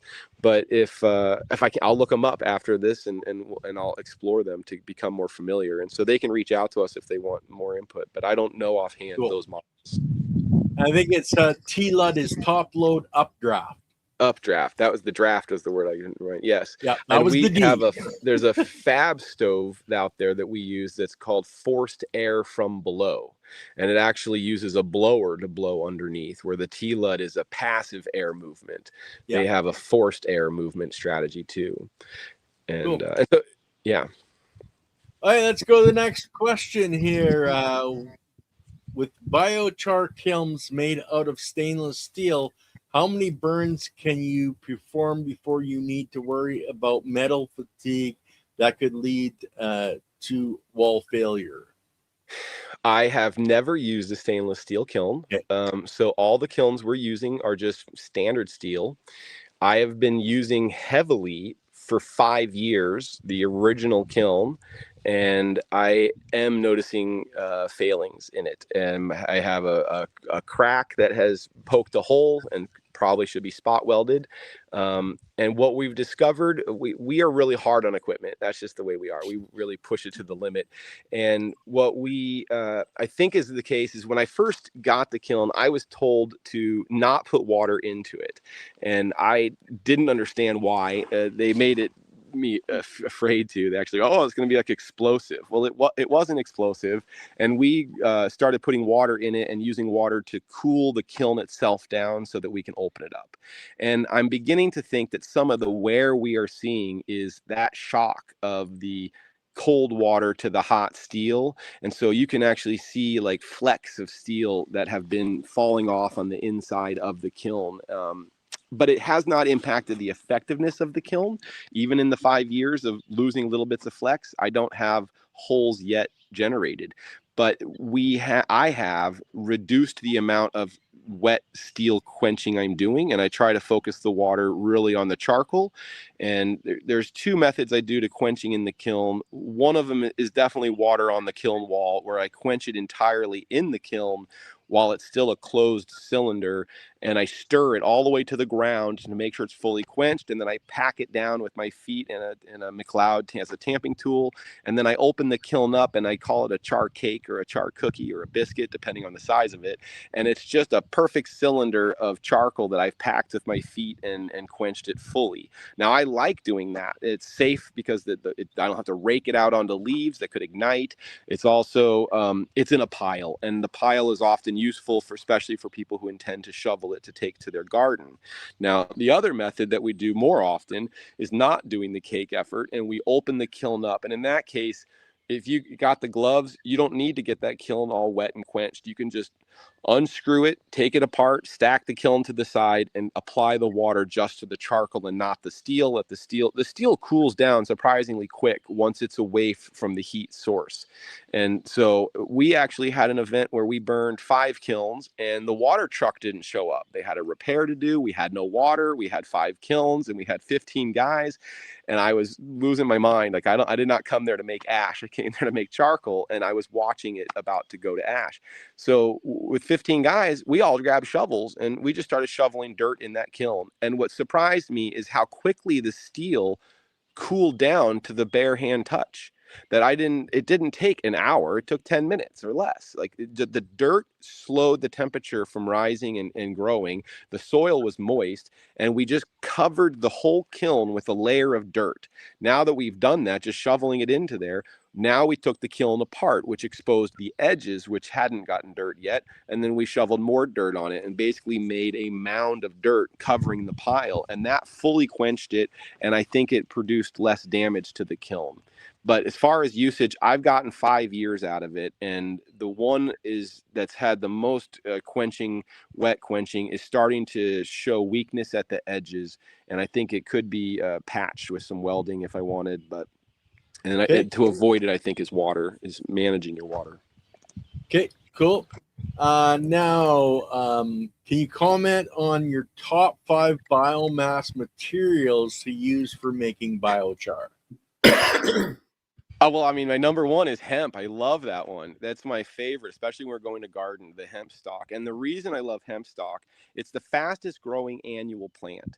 So from seed to 12-foot plant, that's this year's carbon absorption from the atmosphere. So that's this year's carbon you are sequestering.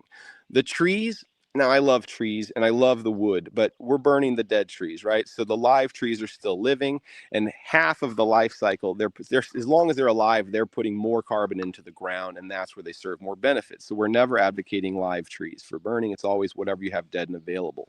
Now, what I will throw anything into the kiln to see how it comes out. And if you're going for the garden quality charcoal, surprisingly, what I really like is a rotten log, like a really crumbling, rotten, full of termites, because it's such a soft, mulchy wood that is the quality the charcoal comes out, soft and mulchy and really loose. Even a hard oak, if a hard oak has decomposed to crumble and you can get it in the kiln, it's not a hard charcoal anymore. It's as soft as that wood was that you put in it, and anything you can burn will burn. So we said top 5. Well, bamboo is the fastest perennial plant. It takes 7 years before the bamboo dies, but in 1 year it's reached its full height, and each year it replenishes its leaves and hardens its stem. So if they're using bamboo for timber, they're going to harvest it at year 5 because it starts to go downhill as it ages and dies at 7 years. But if you took your annual dead stalks of bamboo, that's a really sustainable method. But is it my favorite char? Not necessarily, because the bamboo is not super porous. It's pretty hard material, but it's still carbon, and it's effective. The fastest growing tree in the world, that would be the Paulownia tree. Now, the Paulownia tree is an excellent recommended shade tree to plant. As far as its char quality, it's probably a mix between a pine and oak as far as consistency. But the charcoal I like making is manzanita. We got so much manzanita, and that stuff burns so incredibly hot. It goes pretty quick, and you can throw it in green, but it's also a hard charcoal. So, the questioner is wanting, what are my top 5? Well, I love what's available. So I have a lot of oak, pine, and manzanita available, and I'm using those. But my true favorite is what you're pulling out of your garden: your corn stalk, your tomato stems, your tomato stalks, your eggplant stalks. All of those things are going to make a soft and supple charcoal, which is really great for your garden, but is also this year's sequestration. So we could be using the hemp as a remediation method. If you have a toxic or polluted landscape, if you thickly grew the hemp over that landscape, the toxins are going to absorb into that hemp stalk. But when you convert that hemp stalk to charcoal, all those toxins are locked in the charcoal and they stay in the charcoal. The charcoal can still be used as a filter. It's going to hold on to the heavy metals and such, but it's porous. It still has room to hold nutrients and absorb even more toxins that might be in the environment. And so so that's one of my favorite. I think it's hemp. Number one is what I'm going to say is the hemp char. Go with it. Leighton, you're just sitting there in shock, man. No, I'm just letting this guy roll, man. And again, we're 13 questions and we've got 30 minutes left, or not even. So I want to make sure the audience, gets the opportunity to hear his answers. So and I've got 51 comments, guys. I'm not even looking at the comments and looking for questions. We're gonna see if we can get through what we've got here. And I'm happy to come back. Okay, good. Can you go into more detail about making biochar in a trench in the ground? Okay, so a trench is just a elongated pit. A pit. When I make a pit, I make it in a circle, and my method is I use the shovel as a measurement tool. So when I dig my first shovel load, that's the center of my hole. I then use the length of the shovel to make my circle. So I go in the 4 directions with the first 4 scoops, and I make 4 piles of dirt.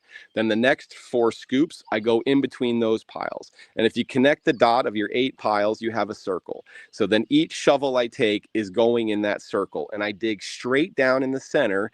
And then by the time I get to my 5-foot depth, I have not a perfect cone, but I have a very nice circle that I'm building up. And so I'm going to add 2 feet above ground and only dig 3 feet in the ground to get a 5-foot pit.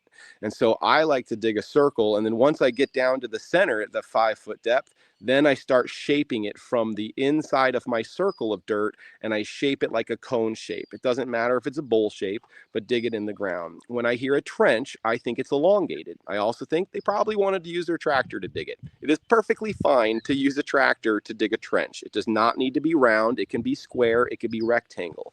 Now, I've seen bamboo kilns that were literally propane tanks that were along 2 propane tanks together. That was really one long cylinder, and that was the length of the bamboo, so they could just lay a whole bamboo into that kiln. So your biomass might determine the size of your kiln. The ring of fire is adjustable in size, which is great because if you got really long material, put 2 kilns together, make it a bigger circle, you don't have to cut those pieces, throw them in whole. If it's a smaller kiln, you can burn it in half by hanging it over. Anything hanging over the edge of the kiln doesn't actually combust. Now, to stay into the pit, though, the pit is much hotter because it's below ground and you are above ground. So the heat rises and you're in that risen experience. So you'll learn quickly which way is the wind blowing, and you should be feeding the kiln from upwind, not downwind, because that's the direction the heat is moving. As far as the effectiveness of a pit or a trench, the key thing to understand is you can fill it full and ignite it. Perfectly acceptable. You can treat it like a pile burn, fill it once, light it once, quench it when it's done. But the real advantage of the pit is that you get to keep adding wood to it. The real trick is adding wood too soon. If you add wood too soon, you're essentially smothering the bottom of that pile. And then when you go to dig in at the end of the day, you're going to find incomplete wood at the bottom. So what's really key with a pit or a trench is to make sure your original ignition has completely combusted all the way to the ground. I have literally seen when you get to the bottom, like they posted it on FlameWise kilns. They had a newspaper that they used for ignition in the kiln. And a piece of newspaper was found at quenching time at the bottom of the kiln, unburned. It had the color print. It was legible. It was a piece of newspaper, and it was sitting at the surface on the soil, and it did not combust because the fuel kept being added above the flame is rising, but the bottom can't get any oxygen, so the combustion doesn't take place at the bottom, and you're basically smothering the stuff at the bottom. That's how I got that incomplete log in my pile, because it didn't completely combust. So the key to making the pit effective, if your intention is to continue to add wood to it, is make sure you have it completely combusted down to the bottom before you start adding. At which point, you can pretty much add as fast as you can add, it's going to combust. If you have a longer trench, you might add on one side and then the other, and you'll watch the flame grow from one side to the other. The flame will take off where the sticks are, and then you throw new sticks in. The flame will migrate over to those sticks, and then you put it back on this side, and you just feed it from one side to the other. And the key is to try to keep a flame over the entire cap the entire time. If you only feed it to one side, or if the wind is consistently blowing one direction, you might notice one side of the kiln is just not combusting, because it's not able to get any of the oxygen, because the flame on the other side is consuming all the oxygen. And so really just learn to watch your fire. Make sure you have flame and it's not going gray. If it's going gray, put some sticks on top of that gray area. That will combine, it could cause the flame to come back. And as long as there's flame there, you'll literally see the gray stops forming. The charcoal will look red or black because of the heat, but it won't go gray. And so ignition at the beginning is key to get it all the way combusted to the bottom before you add more. And then add more until you're worn out or ran out of biomass. And in almost every circumstance, you have 30 minutes to an hour after you added the last bits of wood that you just don't do anything. You just wait. That's when you're taking your snack break, your smoke break, your drink break. Take it easy. Make sure you don't exhaust yourself in this job. Most people are done at that point in the day, but I plead with you, don't be done. Go back and quench it. You just need to take a break so that the rest of the flame can finish burning. And using a pitchfork. A pitchfork is a key tool to get the incomplete pieces. And what we will do within the kiln is we rake all the incompletes to one side. So if you have a long trench, just rake all your incompletes to the one side, start quenching on the side you raked it from, and then you can work your way across. Okay, sounds good. And you guys don't have to go with a 5-foot one. You can go with, down a lot smaller. Yeah, you can go with a 2-foot or 1-foot shallow pit. It really is about your volume of biomass. It's going to shrink to 20% its size, so consider that. Okay, cool. Next one, what is the recommended temperature for the most optimal biochar? I believe that the correct answer is 1200 degrees. And that's what we get at peak flame. And then after 1200 degrees, having it simmer, 600-800 degrees is great, because you're allowing any continual volatiles to burn. But we have not always used thermometers in this. We've only recently had Sierra Streams Institute brought some thermal testers, and we were able to see what temperature our kilns were.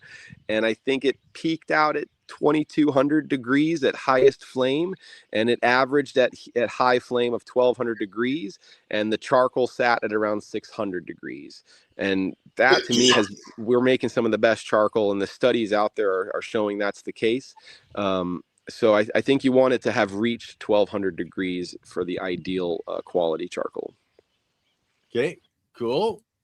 Next one, is there a method to make charcoal that is safe to make body scrubs and toothpaste from?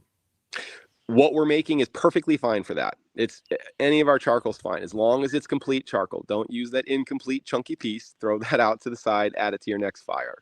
If you're going to go for your toothpaste, I would probably avoid your hardwood oak, and I would go to your hemp and corn charcoal, corn stalks.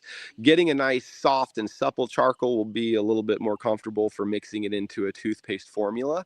But what's really great about using it for toothpaste, you can use it raw and directly as an aggressive, it has this aggression to scrub the aggregate, to scrub it off, but it also has the absorption capacity. So it actually does absorb that nutrient and toxin that's in your mouth. And it's safe to swallow. tallow or spit, it doesn't matter. But the charcoal we're making is perfectly fine for those cases, for body scrubs and toothpaste.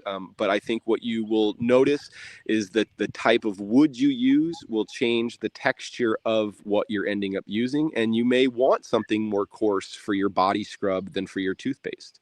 So I would experiment with it. I would try a couple different materials of charcoal, and we make mixed wood. So we are just throwing whatever's in the forest into our charcoal. So it's not always I can identify it so easily, but usually you can tell because the charcoal holds its shape. So you can see by the shape of the stem, what was that stem you threw in there.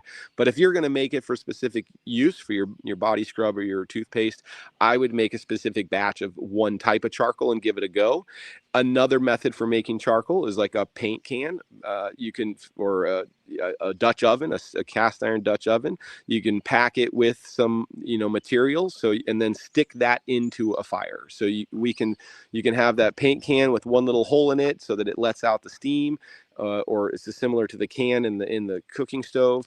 But by having whatever's inside that can is the only thing in that can. And then you can throw it into our existing burn. But now I know when I pull that can out, only that kind of charcoal's in there. So if you're going to use charcoal for making, say, drawing for kids, like I recommend kids using charcoal for drawing. You can make your own. You can use grapevine or willow stem.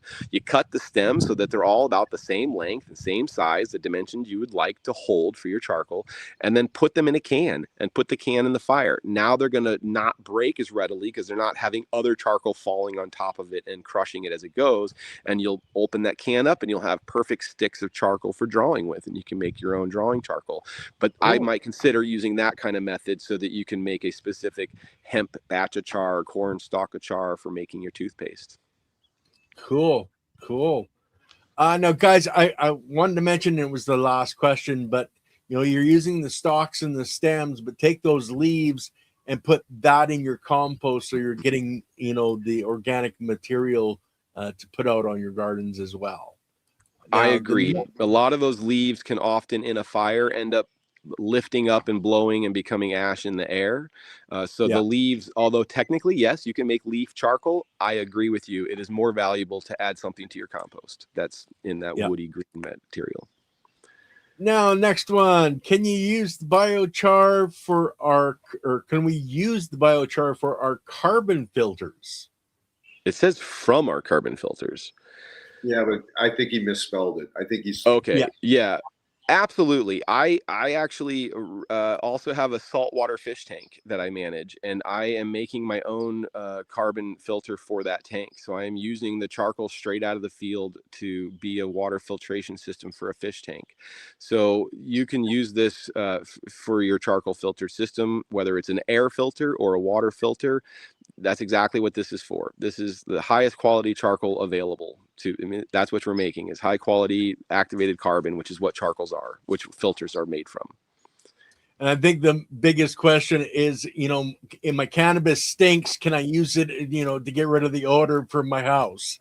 Absolutely. And if anything, that's where the charcoal, that the plant you use might matter, because if it's an air filter, if it's too fine of a charcoal, you risk the airborne effect. You don't want to blow charcoal dust into the atmosphere because you don't want to breathe that.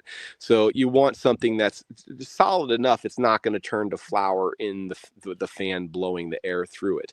But as far as like the charcoal itself, the carbon, it's going to have the same benefit. Any charcoal you use, you just want to make sure that your filter sock is able to keep it in the filter alignment and not being blown out into the air, because the biggest risk is inhaling this.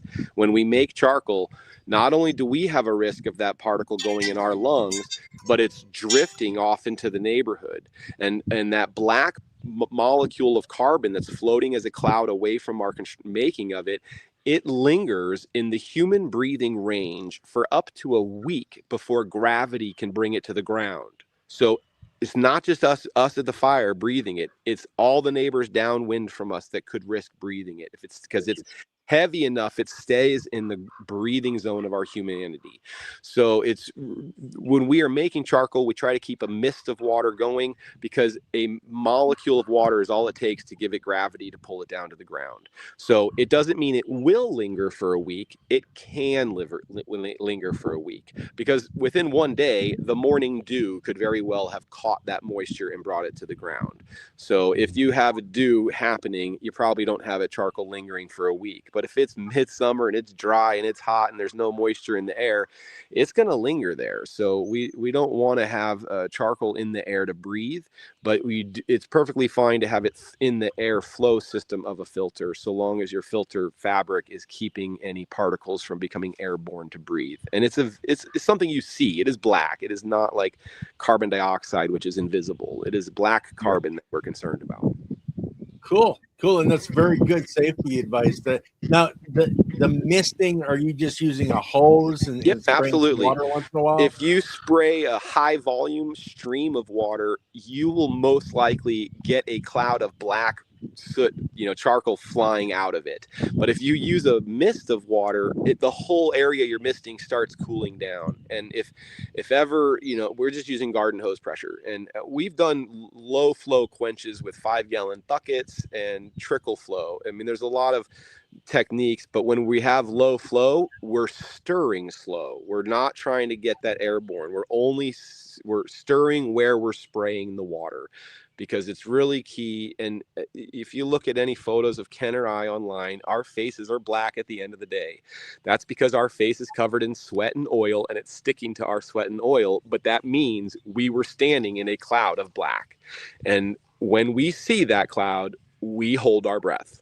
No inhaling. We just hold our breath, and it will, float away from us. And because we're doing this mostly in the forest, we don't worry too much about where it's drifting to, because there's enough woodlands and trees with moisture on it in the morning that will capture it. It's really when you're in a more suburban or urban environment where you really have more concern about the neighbors surrounding you that's going to inhale any of the dust. Okay, cool. Now, the next question, Farmer Cheryl. A lot of denim is part cotton, part synthetic.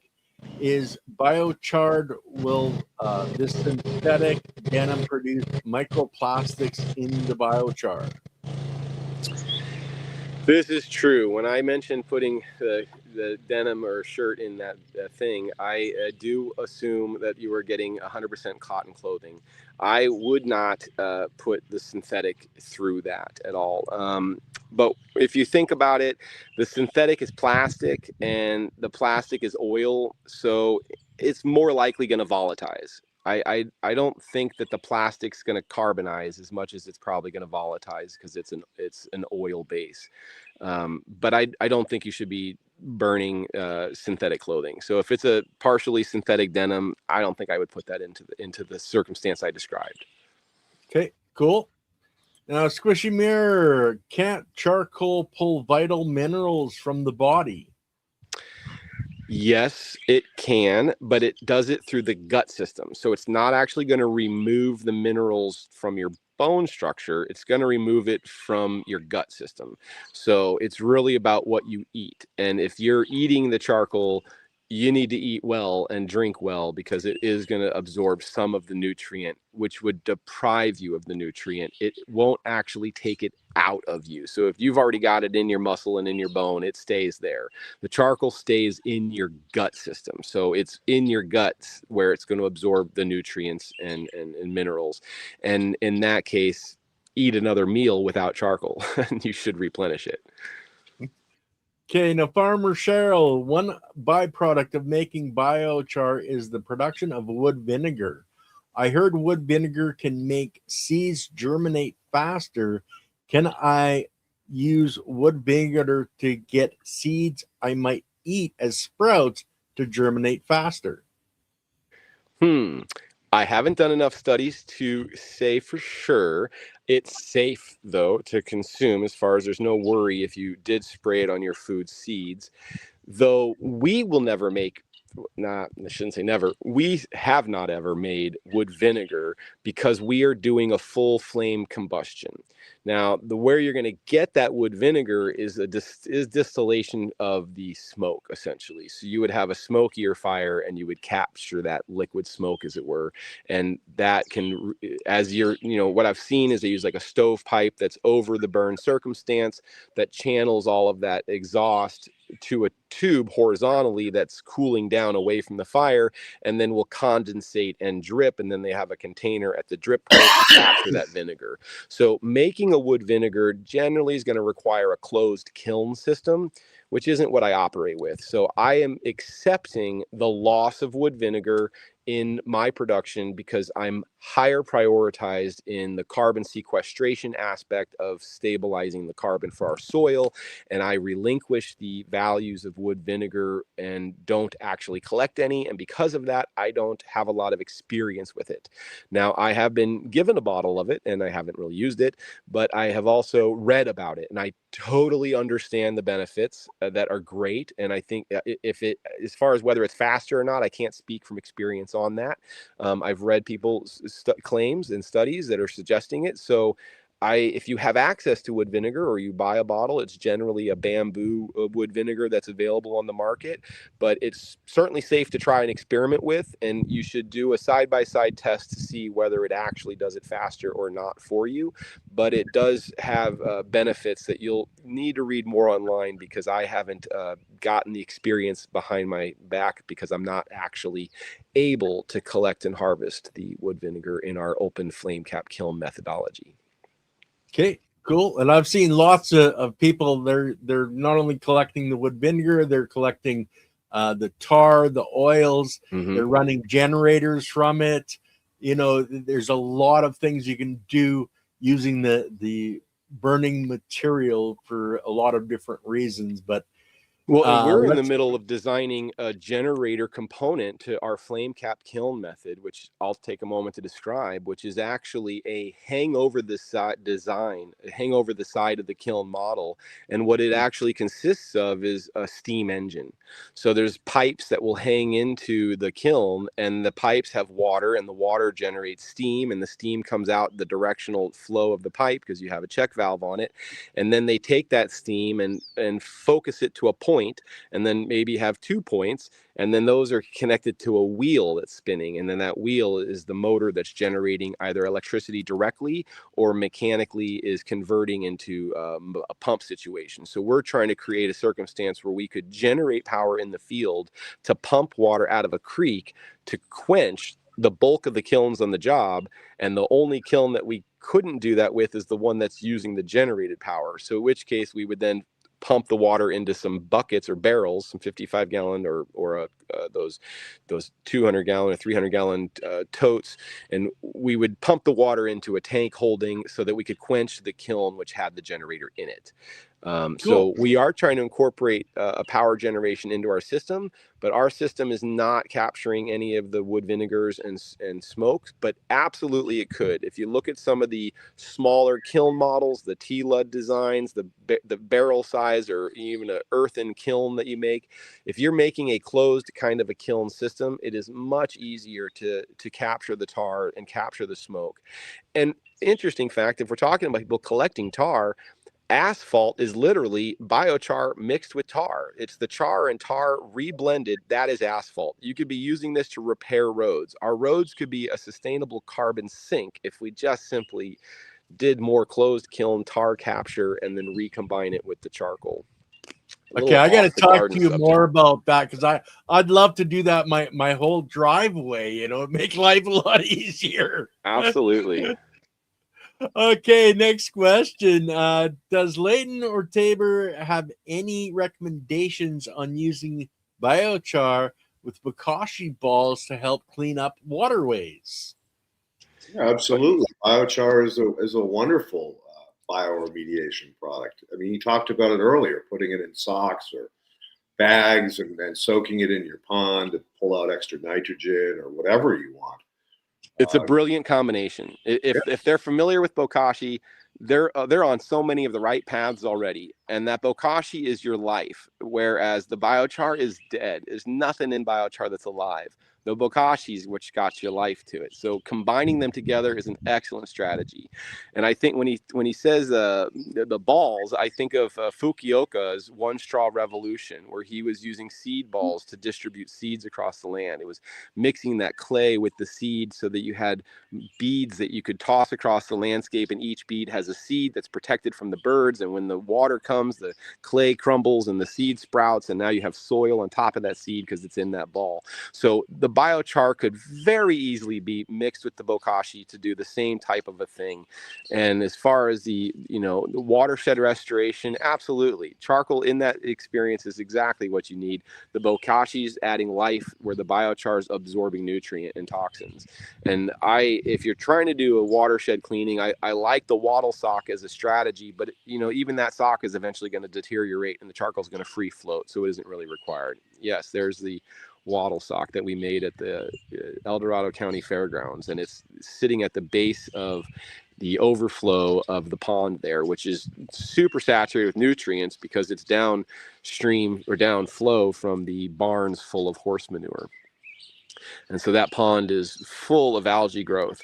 And I did not put any in the pond. I didn't put any upstream of the pond. I just put this down on the overflow to help the downstream from it. But it was just, we made one wattle sock at a demonstration and we've left it there. I haven't gone back to check on it, but I plan to. Cool. But yeah, mixing bokashi in that is a brilliant. So you could do, the combination's a great idea. Now the next one, what do you use to activate charcoal for poison control? That's where the wet quench is a preference, a recommendation, because when we use the water to quench it, the little ash that's formed blends with that water, makes a lye solution, and that lye solution bonds with any oil residues that could still be in the charcoal from making it, and that's going to be what activates it, because it's actually cleaning it. That's what activates it, because you're removing everything except for the carbon, and that is that's what they consider active, because it's now activated. It's able to absorb everything to it because it's not pre-connected to anything. Everything's been washed off of it. So if you're wet quenching a hot charcoal, you are activating it. Okay, cool. I think we've only got time for this last question, but how much is too much? And that's a big question. Oh, I love this one though. Okay, so a lot of studies out there are doing 5 and 10% added. And my objection to that is, if you read any of these studies from 1 to 10% added, they all show benefit. They've all benefited. Now, I say 50%. Now, the reason I say 50% is it's less likely you're actually going to add 50% because you have to make it. That's a lot of material to burn, and you have a lot to compost. And if you don't have 50%, that's fine. You don't. Oh, man, he froze. 4%. Oh, we just okay, you're going to have to start all over because you froze up. Oh, I'm sorry. So if you're only aiming for 5% biochar added, you probably won't actually get a full 5%. You might get 2%. And so those studies out there, well, they measured and controlled. The reason I say 50% is based on the soil in history. The richest soil in the Amazon and the richest soil in Iowa is 50% biochar. But if you add 50% raw biochar, you're running into challenges. But if it's 50% enriched biochar, it's great. If you're equally adding the amount of material to your compost as you are adding charcoal, you're adding 50% into that charcoal compost. Whatever layer of compost you add, half of it's charcoal. That's great. So I aim for up to 50%. Assuming it's going for the enrichment process. But you can do less and it'll still show benefits. The studies are, 2 to 5%, and they're showing benefits. So any amount is good, but if you're aiming for 5, you'll be lucky if you get it. If you aim for 50, you'll be lucky if you get it, but you'll get more and they're aiming for 50. So don't be shy. If you got it, use it. If it's super enriched, if it's enriched the way Ken does it, you can probably do 75% charcoal. Okay. Enrichment makes the difference. We're at the 2 hours. What are you doing in 2 weeks? Not next Monday, but the Monday after, because I have another opening. Let's talk again. Let's keep a conversation going. I'm more than happy. Nice. Because again, you touched on so many things that I'd really like the opportunity to expand on. Absolutely. So yeah, let's do this again. Did we get through all the questions, Ken? We had two more, but the main one was the how much. But you guys want us to keep going and get the last two done? I'm willing. Let's try and knock them out. Yeah, why not? Okay. Can biochar be made in urban environments to reduce waste? What are the best urban environments for this? Well, I mean, yes, you can make it in an urban environment if you can get permission to burn.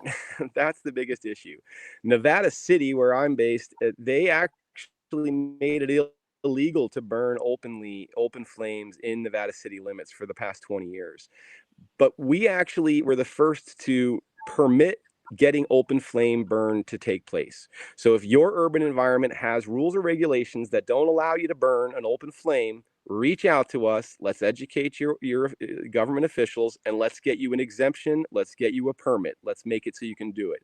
Where to do it? Do it where you have the biomass. Hauling biomass is expensive. So if you're dealing with tree prunings, deal it where your pile of tree prunings are. Or urban environments usually have trees and vegetation pruning.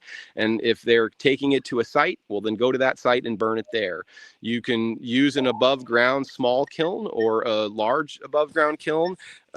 Usually you'll need some type of a kiln to do it in an urban environment. Digging pits may not be as easy to find to do. And where to use it? Gosh, I mean, everywhere you got anything growing, in garden beds, at the base of trees.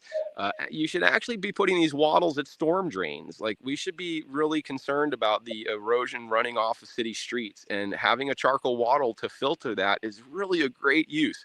So changing that out, at some point that charcoal is going to absorb what it can, and you need to put a fresh batch there. But now that it's absorbed nutrients, go head it to the gardens and soil beds. Yeah, that's one question on the wattle. How do you know it's full? You have to replace it? That's a good question. I think more likely the bag is going to deteriorate and the charcoal is going to float away, and you'll see that you'll need to replace it because it's gone. Okay. That's probably the good bet or the best way to know. But yeah, I mean, there's not enough studies that I've read to tell me exactly how long is it going to last and how long and how much can it absorb. That's a little bit of trial and error and a lot of testing to really confirm, but any is good. Okay, now the last question. Doesn't the charcoal induce vomiting? I have never vomited after eating charcoal. I do not believe it induces vomiting.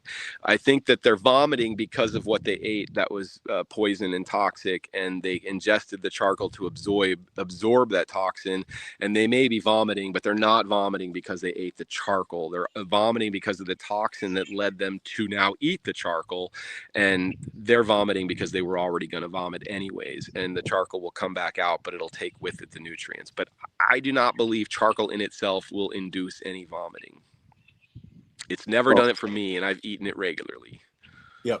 Well, this has been very eye-opening. We've had, who was the lady that you mentioned earlier? Kelpie Wilson. Yeah, we've had her on. We've had this guy, Biochar. But this was by far one of the most interesting conversations we've had. Really like to thank you for coming on and sharing. Absolutely. I think that's why Ken and Peter didn't want to have to share the hour with me.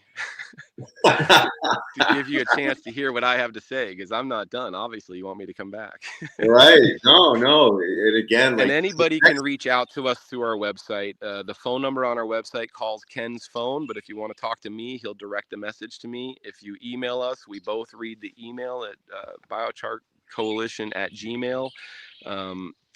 So reach out to us. We're happy to talk to individuals, groups, organizations, governments. We've talked to all of them, and we want to continue. Tribes, natives. We've been spreading this as far as we can. I mean, I've literally had Zoom meetings, 2-hour Zoom meetings, a couple of them in Uganda. So they are now actively making biochar daily in Uganda and spreading it to community gardens. They're teaching the women that are responsible for the children's school gardens how to make it, because feeding the children is what's important to them. So they're spreading this across. So anybody can do this. Just talking about it's the start, but then actively doing it is the next part. Awesome. Cool. Well, thank you for the time, my friend. I look forward to 2 weeks from now. And Absolutely. I'll mark my calendar. Yeah, Appreciate please do. And Ken, as always, thank you for all the behind the scenes work that you do to make this happen every week. Big ups. And I got 2 pups looking at me, so I got to bounce. All right, guys. We'll see you on Wednesday with myself and Andy Lopez. So have a great day, chat, and we love you all.